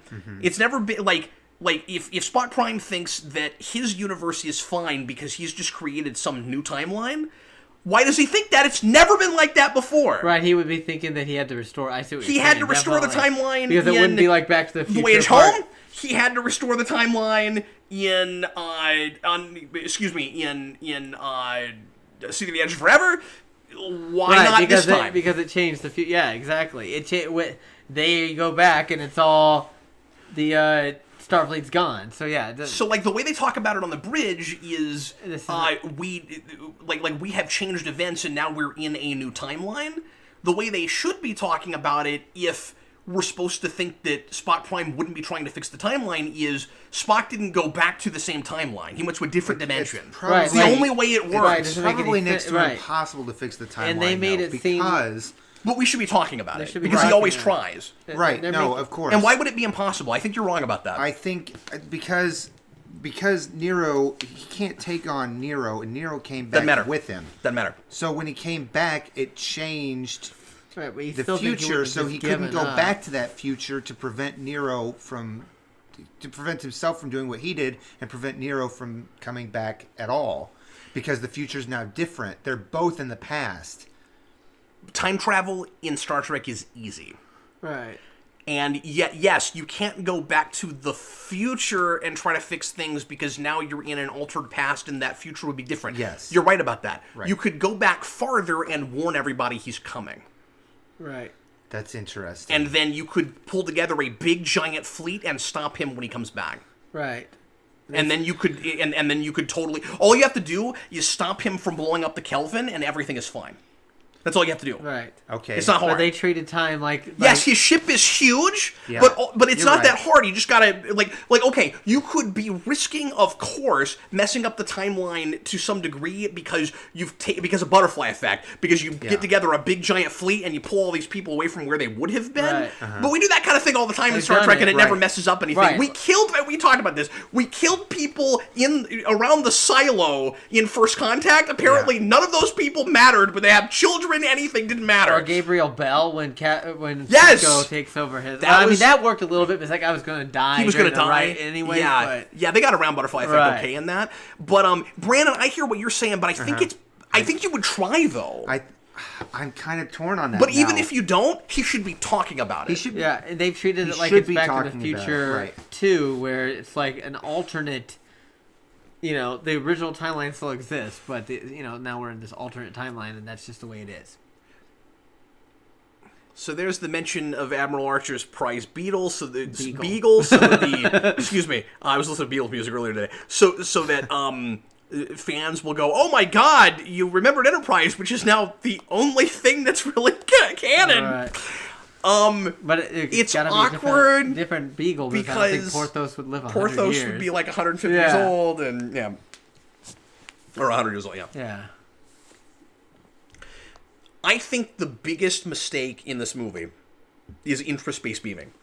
That's a weird. Yeah, this movie's crazy breaking the universe, and then the next, but it pales into comparison to curing death With triple blood, Yeah, magic triple And blood. why do we have to do this in every soft reboot thing, where we have to come up with some because we're constantly trying to top ourselves, even though we're trying to start over. Right. So we're like, well, we want to show you something you've never seen before, so we need this amazing breakthrough technology that we've never seen in Star Trek before. Sometimes there's a good reason we've not used that. It's Right. it's It's too easy. and you know what's really weird? Enterprise Season 4 played around with that idea and said that it breaks down and doesn't work. Oh, they did with that weird So- that guy that was like the Emory Erickson. Richard Daystrom. The guy ripoff. who created transporting in the first place. Yeah, Emory he was Erickson. the ripoff of basically Daystrom for the Yeah, but original I don't series. mind that because somebody had to invent that. I mean, like I mean, as far as like trying to top himself, his past achievements and stuff. That was like Yeah, and that he's kind of going too far with the technology, Yeah, that he was- and he is he is an elderly black man. Like, I Yes. guess they are just making him Daystrom Just- again. Yeah, that's true. So with regards to this interspace beaming, that Daystrom they're wasn't about- elderly, but yeah. what they're about to introduce here, Daystrom. I think they're doing a twofold thing, and I don't think it works particularly well. But the first thing is they're harkening back to Star Trek 4, basically where Spock has precedent where they gave a previous person future ideas and said, how do we know he's not the person who invented it, right? With the transparent aluminum. Well, here he's going to take something that Scotty invented and give it to Scotty, creating a slight paradox, right? But I think the idea was kind of the same thing. However, I also think they're mixing interspace beaming with just the fact of beaming at warp that they did in Next Gen, which is where you'd kind of like be phased inside something as you're materializing. And in Next Gen, she Yeah, says they just do that- it a lot farther apart. Right. Yeah. right. And if this type of beaming existed at all in Prime Universe, it would be being done all over. Right, they wouldn't have to use ships anymore. Right, and they wouldn't have to have it would extra be Star transporter Trek. pads. It would be Stargate. Yeah, that's exactly Yeah, right. exactly. It'd be the Iconian gateways is what Yep. it would be. But yeah, Brandon, I don't want to split hairs with you, but it's not the same thing as Star Trek 4. It's not that whole thing because, Scotty didn't actually make transparent aluminum, and that guy didn't invent it either. Right. Like, I don't know how that has to do with I'm that. not saying that it's the same. I'm saying that it is precedent for why Spock feels like he could give Scotty that information at all in the first place. No, the reason he thinks he can do that, I guess, is just because he invented it in the first place. But also, I think it's the script not communicating things to us, because I think they have decided again that there's no timeline to pave over. Sure. That they're not worried about messing up the future. And This scene is completely superfluous. Yes, But it is. Spock should be worried There's about some point messing to up it. the Why future. does this exist? Well, only if he's in the same timeline where he could mess up his own future. He isn't, apparently, but the movie is not communicating that right. Is what I'm saying. Like Augustus Gloop. Yeah, and that's what everybody said, was that this is just Willy Wonka all over again. Also, in Addams Family, they do something similar where they go through the pipes out the and out the wall in the house. This is actually a combination of Augustus Gloop and fizzy lifting drinks, right? Because Yeah. you got the spinning fan that's Right. going to kill him if he lands in the spinning fan. I don't understand the cooling system on Shouldn't this. the water still be pouring this- out? this- Does he yes. open the giant thing? Yes, it should There's be. Yes, all it this should. water be going Not the only everywhere. person I've heard say that. Yes, that is true. Sorry, Brandon. It's basically. I mean, it closed up again, but The video. I don't they said understand why. video. It's basically a giant computer water cooled computer setup.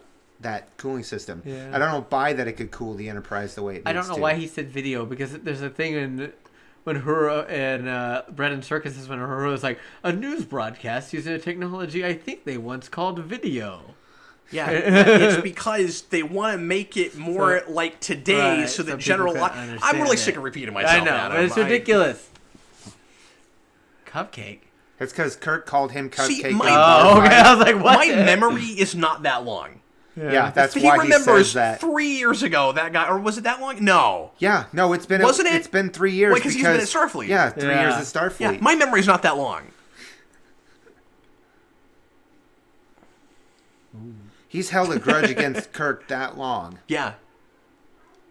Yeah, I don't know. I guess that just really got under his skin. Okay. Love Simon Pegg. I think he was totally right for this. Yeah, me too. I also have infinite respect for him because he wrote a real Star Trek movie, and Yes. a lot of it actually got made. So he wrote Beyond, and I'm sure his initial script is better than what we got, but it's a great movie. So Right. Is his original script out there? no, I don't think so.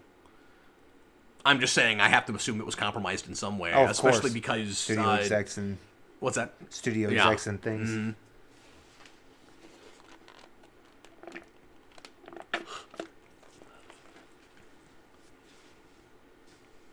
I don't know, the merits of emotion. It's kind of a weird line. I think it's way too easy for him to goat him in the scene. I know. And again, a lot of people will say, yeah, but his entire planet exploded, of course, but I'm just not buying it. I the way don't the scene believe- plays. yeah. I just don't believe it. But he's supposed to be young Spock, and he's not in control of his emotions. He's not that young. If It doesn't make any sense. to make that more believable, he needs to not be teaching at Starfleet. Right. You see what I'm Certainly, saying? Like, yes. Because the way they talk about it in behind the scenes, it's like we wanted you to get to see the Spock before he fully embraced his Vulcan the heritage Side. and his Vulcan side before he really had a complete lock on on his emotions, and he should be he should be younger. And he should be, more wet behind the ears if we're going Right. to do that. He's too seasoned. And people are like, well, he smiles and yells a little bit in the cage. And I'm like, That's because they that's haven't because they found the didn't character establish yet. that character yet. Yep. Exactly. No, you have to look at that as a mistake, retroactively. Right. Because Exactly. he just hadn't found that character yet. And I'm also not going to say I would have minded that take on it. It's just I don't buy him being as advanced in Starfleet as he is. If that's the case, then everybody should be wearing eyeglasses like they were doing in the cage, too. You're going to be, Yeah.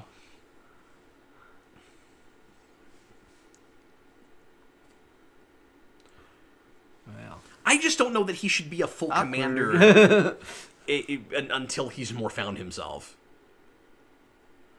I mean, I don't know. I don't know if that's fair, but that's my initial instinct on Right. that.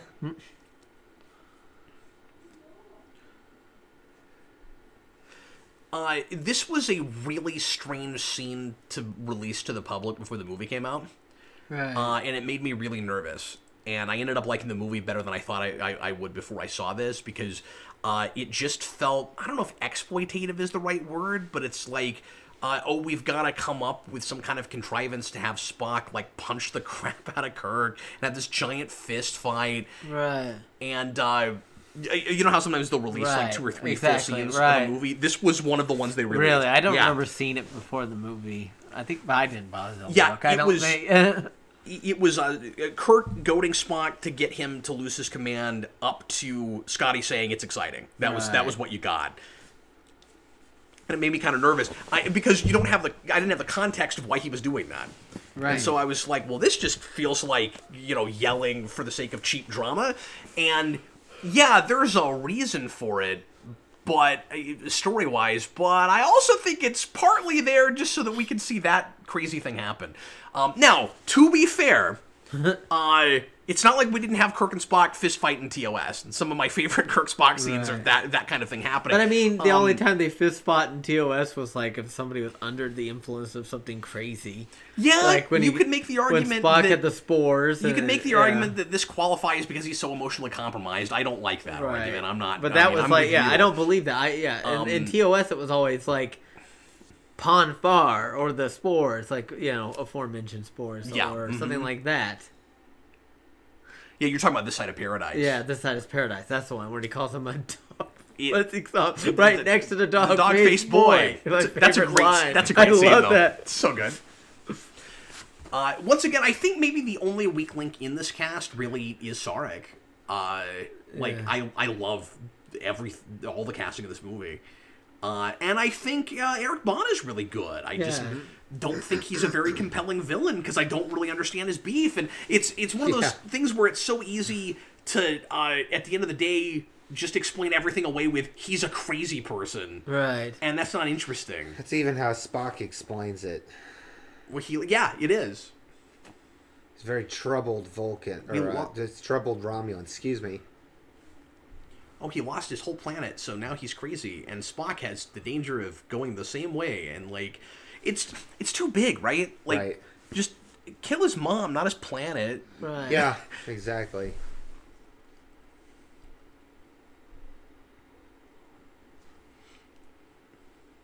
Why is he even there? I don't think Wesley Crusher's there, so. Well, he's there because they all went to war. There's a reason. They put a bunch of cadets on ships. Yeah. I guess that's true, but why is a 17-year-old in Starfleet Academy? Is that when they go into Starfleet Academy that young? He may be ahead of his Maybe class. 18? He might be ahead of his class. Maybe he's a prodigy, like, yeah. I think it's because they liked that Anton Yelchin could act and was actually Russian, but he was just a little bit too young, so they just decided to say he wasn't older than he is and move on. Maybe that's what happened. Yeah. And everybody stood around for a picture that nobody took. Look at that. Yeah. That was a production still that made the rounds Nice. real hard. That was one of the first shots we had.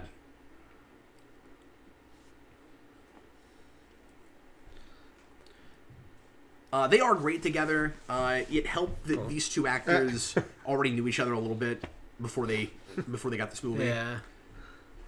They happened to like work out at the same gym or something. Really? Huh. Yeah, I don't think they'd actually worked together before this, but they just frequented some of the same places and knew each other. I've talked about this in places before, so I won't go real in depth on this, but there's an explanation in the Countdown comic, which is not a great series, by the way. But I think I read it. it's got a few things that I wish were in the movie, and one of them is an explanation for the Romulan tattoos. And Okay. that the tattoos are supposed to be this ancient Romulan ritual when you lose someone. Oh. And they do the tattoos because their whole planet gets destroyed. Also, something that was part of the deleted scenes, although I don't think you would have really gotten it in the movie because Nero has so much dialogue later, is while he's on Rurapente, up until... By the way, in that deleted scene, we introduced the Centurion slugs before we get them later. He actually got that from Rurapente and was used on him. This is a cool reveal and he of the takes it. ship. Yeah, that In looks front great. of Saturn and its rings. Real quick, he was supposed to have a vow of silence, apparently. Oh, really? Where, like, after his planet explodes, he won't talk until suddenly he decides to start talking. I don't know what the point of that was. I don't think it would have played in the movie even if those scenes had been there. But anyway, I'm sorry. What were you saying, Like Brandon? he's wearing Google Glass. How many drills does Nero's ship have? Is it equipped with? 95. Yeah. Brandon. I don't know. Well, I Many. wonder because when last we saw it, it was they destroyed the one drill that was drilling on Vulcan. Got a spare. I guess they do because they didn't have time to It's build a a big new ship.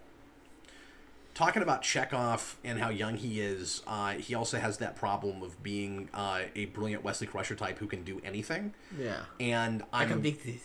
Yeah, like he can, you know, they've got all these crew members on the ship, but they need a 17-year-old kid to run all the way across the ship to beam someone. Like they just don't have good enough transporter chiefs to do that. They need this kid to do it. So it makes me wonder, Brandon, how come the Traveler didn't come pick him up and show him how to certainly. do 5-dimensional Did thinking you see or that whatever. crazy thing on the glass there? Why are we doing so Look many at that. Dutch It says angles? warning. Energize. Yeah. It's like a consumer electronic. Well, that's hilarious. Well, you know, they may still exist in this century. Do you guys like the swirly beaming effect? I do. okay. I actually liked it. It feels like one of those things where it's just we got to find some way to change everything. Like I I'm still think fine my with favorite it. It looks kind of beaming- cool, but My favorite beaming effect is still the TNG, yes, where it comes down Yes. like that beaming. The glitter you in the know. water. yep. Yeah. They didn't use glitter and water in TNG. That was in TOS. Huh? They used like digital Yeah, effects yeah. or whatever by I'm, that I'm point. mixing it up. Sorry. Yeah. He said TNG. You know, that's that series with Patrick Stewart. in it. Patrick It's Stewart. Yeah, like I after like the TOS. ones with the lines that they all come Brandon, down that like acronym stands for the Next Generation. Oh, here goes. No. Here goes. This actually is more like the Zod thing. Here he goes. Spock!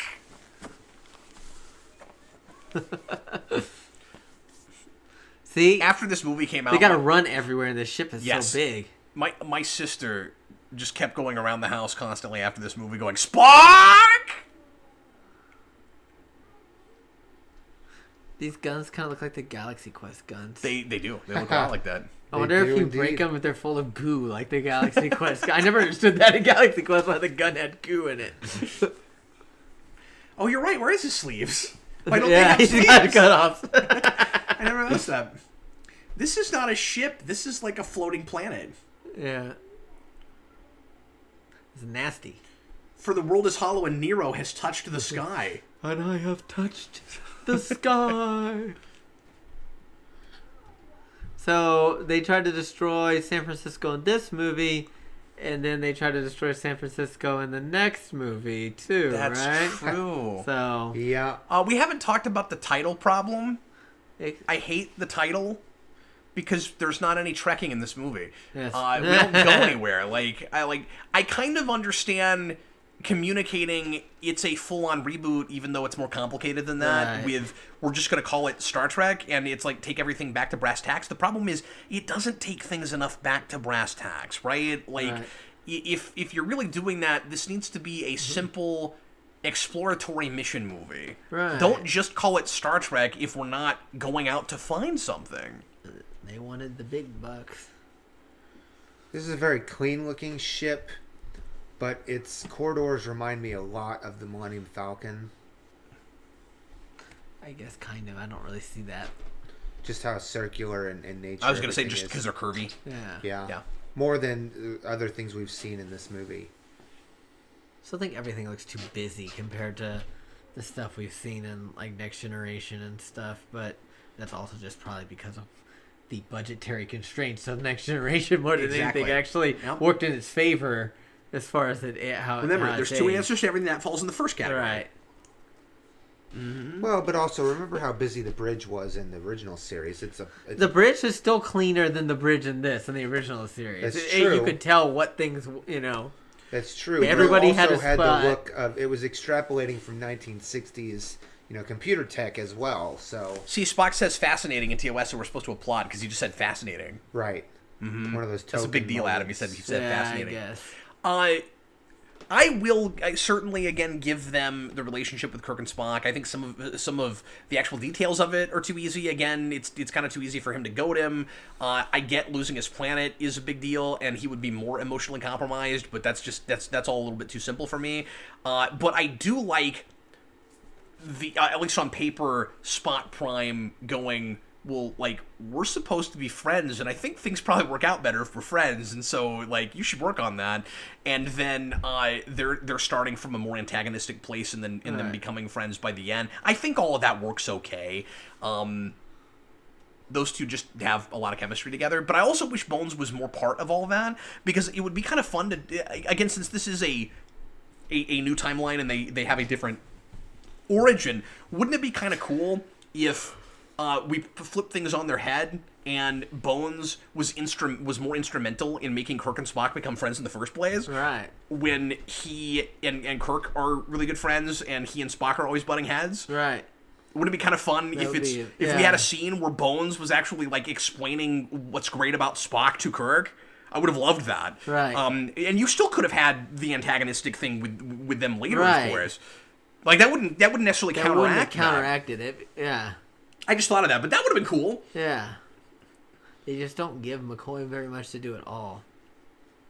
So even in the future, ships like this mining vessel are just fraught with perils that could kill you at any moment.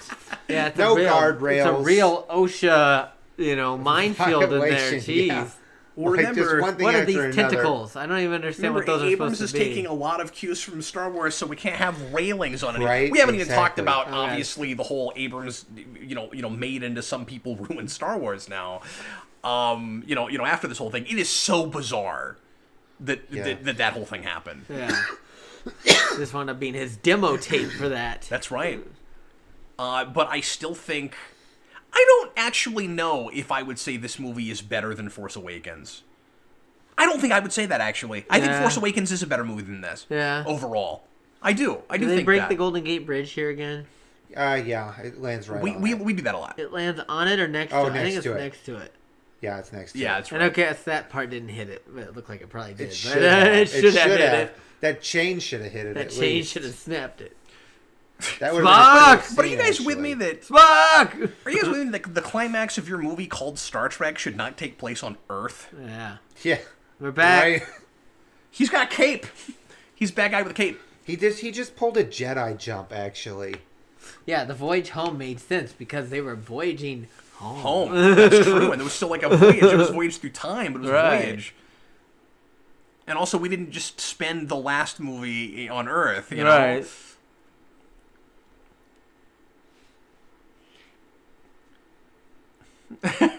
Now. For some reason, yeah. So, Did you just call him Sir? Does anybody... Well, yeah, he's the He was captain like of his the- vessel. Yes. Yeah, Sir, if you ignite the red matter. Yeah, he's the Right. captain of He's his the captain ship. of his I vessel. I guess. don't really understand why we're talking about that, but okay. Just seemed weird. I don't like the warp effect. I like it. It looks boring. I kind of liked it. Not compared to like how it looked in previous iterations, where it would be like, sure, So you know why it's like that, right? because it Because it looks like Star Wars. Yeah. That's the third response. That's That's the the third third response. answer for everything. Is it's more like Star Wars. In the behind the scenes, one of the behind the scenes featurette on the disc, there is a part of that where Abrams actually says on set, "Okay, everyone," or was it in the writing room? "Okay, everyone, what can we learn from Star Wars? Like, what can we?" Really? Yeah, Oh my god. I do like I got your gun. Oh. I wish that, that he seems had like a classic already Kirk gotten thing to the me. gun Yeah. before he said that, like he'd snuck it out. But no. And he said That's your a good species point. is weaker than I expected. Has he not ever encountered humans before? I guess not. No, he hasn't. Well, he wouldn't necessarily. Not necessarily, because Romulan society is so close. No, I mean, it's been a long time since we've been, especially by the 24th century, since we've been at full-on war with the Federation. That's true. I mean, if we're Romulans, that Romulus has been at full-on war That's with the true. Federation, and the only Romulans that would Fired come into everything. contact with humans would be, like, undercover Right, or or right across the neutral zone. Captain or- Tamalak. Yeah. How long are we going to stare at each other across the neutral zone? That's so funny that Andreas could do this.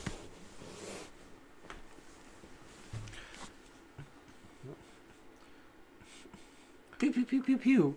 Pew pew pew. Yep. Pew pew.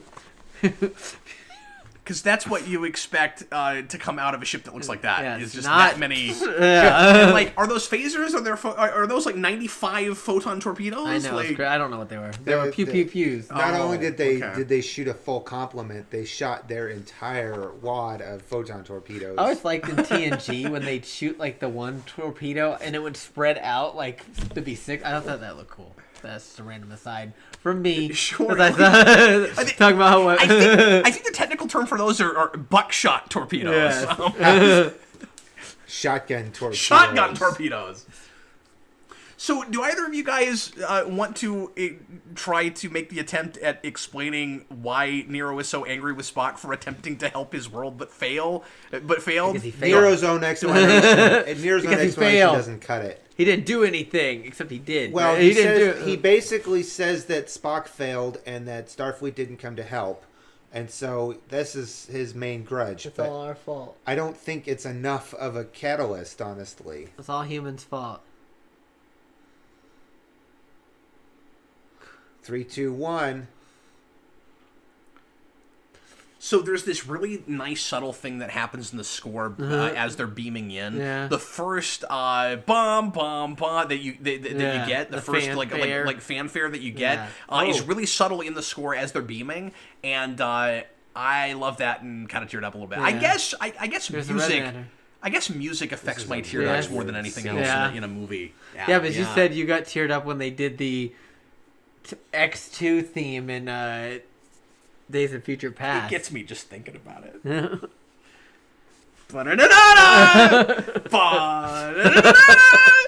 I love it so much. So I Well, more now come they're to the dead. conclusion that this is not how a singularity would, Oh, come Okay, to okay. being. This is the closest to a full-on bridge shot that we're gonna get. Yeah, there it guys. is. I guess we see it. And they're actually letting us see some of it now. Yeah, we saw it. See, we got these little token things to make it feel like really altruistic and optimistic. Where it's like, let's offer them peace. Right. And then he's gonna say this, and they're gonna go, okay, fine, forget it. We come in peace, shoot to kill. Okay, no, I guess we'll just kill him. I was really kind of hoping for an excuse to blow him out of the sky, but I'm gonna have this obligatory. Yeah, let's I do made the effort. Diplomacy thing. I gave it the old college Why try. doesn't The old he talk more Starfleet after that? The old Like, academy try. What he should have said is, you don't understand. We will win this. There it goes. Well, this is like everything's exploding around them. It's like in Galaxy Quest when they go on like the engine room and the people are like flying in the background. Ship's breaking apart. Just FYI. You know what So- Spock needed? He needed the Omega-13. Activate the Omega-13. That's what he needed, because the red matter thing happens and he almost gets sucked in and he just uses the Omega-13. I guess I don't know what he would have done with 13. They're gonna go through the black hole.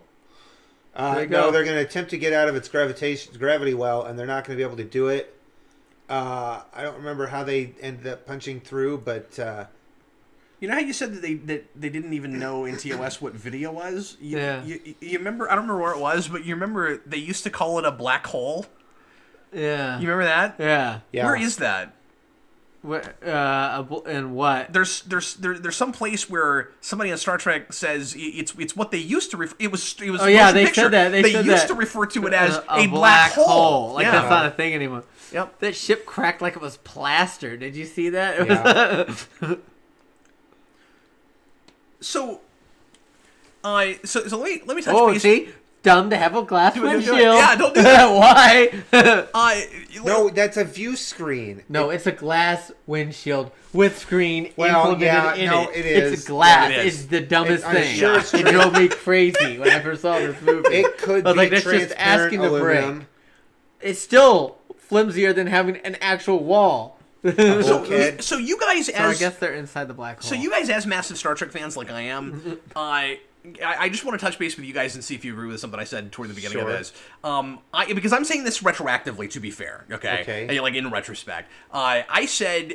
I think they would have covered a multitude of sins if this was simply a full-on reboot and they weren't trying to throw fans the bone of Exactly. well, you still have your canon because this is a time travel thing. Would you guys have accepted it? Like, would you have accepted a full-on I would have been reboot? more annoyed with it. Okay. I like the bone. I'm going to be petty and be like, I appreciate that they said that. Even though I Just throwing haven't out the seen baby But with as the a bathwater. piece, But it's as a a piece of better film, piece. it's better. Exactly. If I you- agree. if If you you don't just do do that. it the whole new Because- clean slate. Yeah, because And that's what they you should have can't- done if they were going to do Discovery like it's that. harder They should have to done the same thing. Yes, too. it's hard. Well, and it's way worse there. But Oh, yeah. but it's hard to like criticize because that's like that's acting like it's full on canon with Right. everything, and that's Right. really That's really complicated. crazy. Really complicated. That- That's not even in this. That's not timeline. even right. Exactly. That doesn't work at all. They didn't even give us a bone But there. there are a They're lot just of like, criticisms and even nitpicks and things that I think would be way harder to throw at it. Like, regardless of the impracticality of it, for instance, it's harder to complain about building the ship on the planet if it's a full-on reboot. right. Because the main reason we're saying that is because it wasn't done that way Right. before. Even though I haven't seen Discovery yet, I feel like this shows me what I would be feeling had I seen Discovery. When you ask that question specifically, because I don't think I'd accept another full. I would have accepted this as a full-on reboot from like that time frame. Well, with the one notable exception of I don't feel like since this This is scene is pretty strong. since I'm this sorry, is the original crew of the TOS crew, Yeah. I guess it works better than trying to shoehorn in an extra thing in between things we already know exist. So maybe I would accept this a little bit better than as a full-on reboot that's not Yeah. connected to stuff. But like even Yeah. Discovery works better if it just doesn't say that it's canonical. If they like, could, right. They could have put something in there. It just if they had done a better job. No, of but making they it fit. certainly. but I mean, here's the obviously, canon is not everything, and Right. and continuity is not everything. As I've always said, if that show was better written and I cared about those Right. characters, I would not care as much. But if you're gonna do a prequel thing, but it's not a full-on reimagining because you're making a big deal out of how you're trying to fill in blanks, then you have to do the canon stuff, right? That's the main Right. reason you're doing it. Right. Does that make any sense? This tried to have its cake and eat it too, and be a thing that starts over, Right. but also is filling in blanks. Right. I think you gotta pick one, Right. for the most part. Right. And they took the did you see that they have the Federation logo from the 24th century and not the one that was around in either the TOS time or the movies time? It up there on the I wall there. thought noticed that symbol was actually created for TOS, but it just didn't get used there, or was like a movie Well, thing or it looks something. different. It looks like more like the United Nations logo. Does It's it? got like little grids Oh, on it and you know stuff. what? I know what you're They talking showed about a now. motion picture like on the ground. Yeah, you're right. I guess it's not exactly the same. And is then it? in TOS, it's just a banner that says UFP. So they have given him And Pike has to be basically in a a wheelchair. field commission of captain. Apparently so. Which is they dumb. give him a whole starship. Yeah, and let him keep the people he was on that starship with. Even though he hasn't graduated yet. No, that whole thing There's is a just slow clap. unbelievable and really silly. Slow clap. And that it's guy like was slow clapping. I've heard some people say this all just happens because his dad was a hero and his last name was Kurg. Probably. It could be. And I think you can also read it as in Star Trek movies, when Kirk saves the day, he gets everything he wants, and they're playing it that way. But at the end of the day, I think it's just lazy writing. Right. So Pine intentionally didn't try to do a Shatner impression in this whole movie, except for this moment. Yeah. That's the place where he just does a Shatner thing straight on up purpose. Shatner impression. And I don't care what he says, he was trying to channel Shatner in that scene. Yeah, the hops are ready, Captain. Oh, we didn't We talk never about the talked that stupid guy. alien We guy. never talked about him. Yeah. Does he appear in Beyond? Yeah. Okay, Yeah. I can't remember. He's in all three of them, but he's barely in the other two. Yeah. He's barely Or does in he this have one. a thing? I think he has a thing he does in Darkness. I can't remember. So Scotty sets up a communication between them, and he ends up being a part of how they escape, if I'm not mistaken. What are you talking about? When they in, talk, the the little green guy? Yeah, uh-huh. Maybe they do. I don't know. Oh, maybe so. I can't remember. It's gonna be weird going back to that because that is actually the Star Trek movie I've seen the fewest amount of times. Beyond? No, Darkness? Darkness. Sorry. That's going to be real weird. For Oh, you were me. talking about Beyond. I'm sorry. I do like that we had Nimoy do the voiceover Right. at the end of this. It harkens back to 3, Right. or is it 2? 2. He does it at the end of 2, and that's nice. I have actually not watched Abrams' commentary for this movie, but I've been told that he makes a joke that they thought about having him do that voiceover, Really? and I hope that was just a joke because that would Here be you go, Brandon. Yeah, yeah, and it's This is a good, just it's lovely.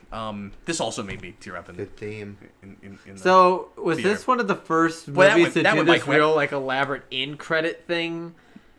Was With now for the Star Marvel, Trek, or- yeah, or for period? Was the Marvel no, movies? lots of stuff we're already doing. They were? was already doing this. Okay. Sure. I mean, like, yeah, Marvel does it all the time now. Right. But I mean, there's plenty of movies that have that.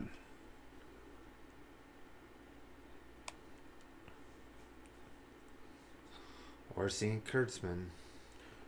And they're not together doing Yeah. things anymore. I don't know if Orsi they is had gone. a falling out or. He, Really? yeah, I think. Well, Kurtzman's been like spearheading all the TV stuff. Orsi got let go. I think he got let go during the whole Beyond debacle and stuff. Yeah. And they used to produce other things together. They produced Transformers the animated show together. Oh, really?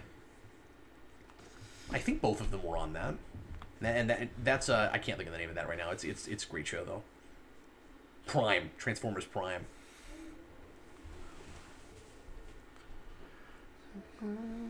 Who's Ben Greenwood. Cross? I can't remember. I used to know who he is in this, but I can't remember. Well, what else didn't we talk about, you guys? I don't know. The end of this movie snuck up on me. I know. It's already over. Came over. Yeah. Yeah, kind of just Just it barely takes in it this. takes a while to get going, and then it ends.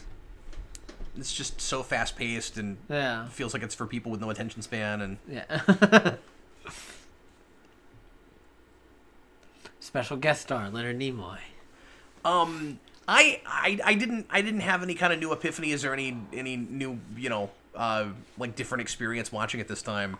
No. I don't think like Did you ever? kind of just in the exact same place I was. Did you before, notice that Brandon. Beyond had like a bunch of like it was like co-produced with a bunch of Chinese movie studios. Oh, interesting. I just noticed that when we watched it, there was a bunch of like logos of Chinese companies. Which is weird because Star Trek does not do well in foreign markets, right. and Star part of the Wars reason doesn't do well in China, and it's way more mass market than. and this Star is, Wars you does know? better in other countries than Star Trek Right. does, besides China. Right, China just doesn't like this kind of thing. Apparently, The main reason, apparently, that Darkness took 4 years to make was because it cost so much to make these movies, they decided that they needed the foreign markets in order to validate its existence. And so they tried really hard to push this first movie, to foreign markets before they gave them another one. So they were like going around handing out free DVDs and stuff in various countries. Isn't that weird? That's weird. So they Kinda took cool. they took the chance. I don't know. It's a weird strategy because they took the chance in this day and age with the short attention spans that they're clearly going after. We're moving in internet time. 4 years between movies with something like this is a long time, and I think that's a risk they should not have Right. taken. Sure. Right. And I think part of the reason that movie didn't perform is because they took too long to make it. But I also think they didn't advertise it right, and then word of mouth didn't help because people didn't like it. And then the problem with Beyond was at that point these people, what they'd really been wanting was Star Wars, and they got that back, so they didn't care anymore. That's a great point. Right. And Guardians also filled a void. Right, exactly. So they're like, we don't need this the Star Trek stuff anymore. Brandon, I was really surprised to hear that you only saw this in the theater. I would have thought that you would have gone back to this quite a bit. I can't actually remember if I've seen it once outside of the theater, and I would have thought I'd gone back to it too. I remember you being really happy with it. I was really happy with it, but I will say that, I mean, it could have been that I maybe did see it again, but after the next one came out. After the second one came out, I was at that point already less happy with this one in the way I remembered it. Right. And it is much the way I remembered it. And that's just because while I felt it was an okay movie, it wasn't great Star Trek. I left the theater thinking differently, but my opinion morphed the more I thought about it, over That's the how I next felt year. when I saw it, I think Abrams was really good. I don't think he's as good at it now, but I mean, he was really good, at least with this material, of getting us all with the spectacle, because we'd never seen this treatment for this property. Sure. right. Visually, and he cast it right, and he got a lot of the emotional beats right. And there's a lot of stuff they nailed superficially. Right. Despite the fact that he does not understand Star Trek. Right. Well, but also, part of the reason that he gets as much work as he does is because he's thinking more about the business side of it than he's thinking Right. about the storytelling side of it. And people that work with him are always talking about how great of a storyteller he is. And I think what they really mean is they're watching him put together scenes, and in the moment he seems to be good at telling the story that at the moment we're telling, as far Right. as Sure. putting a scene together. He's not a good writer. He's not actually a great storyteller. Right. But he's pretty, and I mean this in the nicest way possible, he's pretty good at emotionally manipulating an audience. Right. He's good at execution. It's going knows- at pulling the old heartstrings. Yeah, he knows how to get people into a theater in the first place, Right. and then he knows how to keep you there scene to scene, and it's disposable entertainment for the most Right. part. He's hoping that you won't have an aftertaste. Right. Exactly. Sure. Yeah. Well, these credits are still going. Well, it's Lot a of people movie made in the involved. last 10 Yeah. years. So now we got every single person, even the janitor, A lot of movies credits move a little bit faster than this now, or they'll put quite a bit more on the screen. on Maybe the they don't move screen at faster, but they'll once. put a lot more on the screen at once. Yeah. And when you see this many Look at this names, block. this is when Plinkett on Red Letter Media goes, "Oh my god!" Yeah. So many names. So I didn't talk a lot. We didn't talk a whole lot about the awkwardness of the. I guess we didn't mention this at all of the CBS Paramount rights issues. Right. And I didn't want to go real heavy into that, but I did just want to mention that I had heard for a long time that the main reason they rebooted the way they did was because they had to because of rights issues, where Paramount had movie rights, but CBS had TV rights, and they had like a special license that they had to make it out of, and allegedly everything had to be 25% different. The way, like Abrams and those guys never talk about that. I always think that's a rumor too. I'm just not sure about it. I don't even know because I mean, in the new Picard show, they freaking show the Enterprise D unchanged. Yeah, it's all very confusing. But if that stuff is true, that they're basically working under a license that makes whatever they're making not technically canon, even though they can kind of talk about it like it is, then when they reboot out of original continuity, they're actually technically not doing that. That like the prime timeline is not actually the original timeline. It like that is also a new manufactured thing, and I just don't know how true any of that is. It's very very very complicated. Yeah, I always had doubts about that because they're still, even if they were separate companies, they were still owned by the Sumner Redstone's national and his family, National Amusements, and I still don't understand why there would be this conflict between the two like that, since he's the actual, they're the overlord, the family that owns the whole thing and stuff. They just split it up for like tax reasons and for organizational purposes, from what I understood. But I mean, at this point, regardless of the rights things, it is going to be really difficult moving forward deciding what we should count and what we shouldn't. Right. Just because, like, especially if somebody eventually comes in, like, if Discovery and Picard end and there's, like, eventually new management, if we change hands over, right? And somebody comes in that likes the original timeline and wants to make something more in line with what the three of us would consider more like real Star Trek or more like canonical Star Trek, because like Discovery is really hard not to just write off entirely, in my opinion, and Picard is this really weird gray area with a lot of things in that. It just makes so many continuity mistakes that it's like, well, it feels like it's wanting to have its cake and eat it too, where it's kind of where like everything in original continuity is sort of in continuity with it, except for when it wants to ignore stuff or it just didn't do its homework, right? So I could really see a real Star Trek fan coming in and wanting to write that stuff off, and the question is whether fans will accept that or not. Right. So I just don't know what's going to happen down the road. It's crazy. Right. And this is the beginning of confusing all of that. Right. Which is not to say that Enterprise didn't already have some of those same problems. Problems, right. Yeah. But anyway, I just wanted to tack that on real quick. Right. Well, everybody, thanks a lot for listening. Hope you enjoyed it. Next time we're going to do Darkness, and I don't know if I'll go back and do a quick watch of Darkness before that, because I haven't seen it in so long. Right. I'm on the fence about it. Right. That one I've only seen in the theater. I may go ahead and do some homework on that. I don't know yet. I haven't decided. But anyway, are you going to watch it again? I don't know. Maybe. Adam also can't decide. Well, anyway, thanks a lot for watching, guys. Hope you had a good time. We certainly did, and we will see you again shortly for Star Trek Into Darkness. Yes. I was Captain Logan. This was Brandon Grimm. Hey, see you guys. And Adam Meredith. Hey, see you later. Hey, bye. Bye. Later.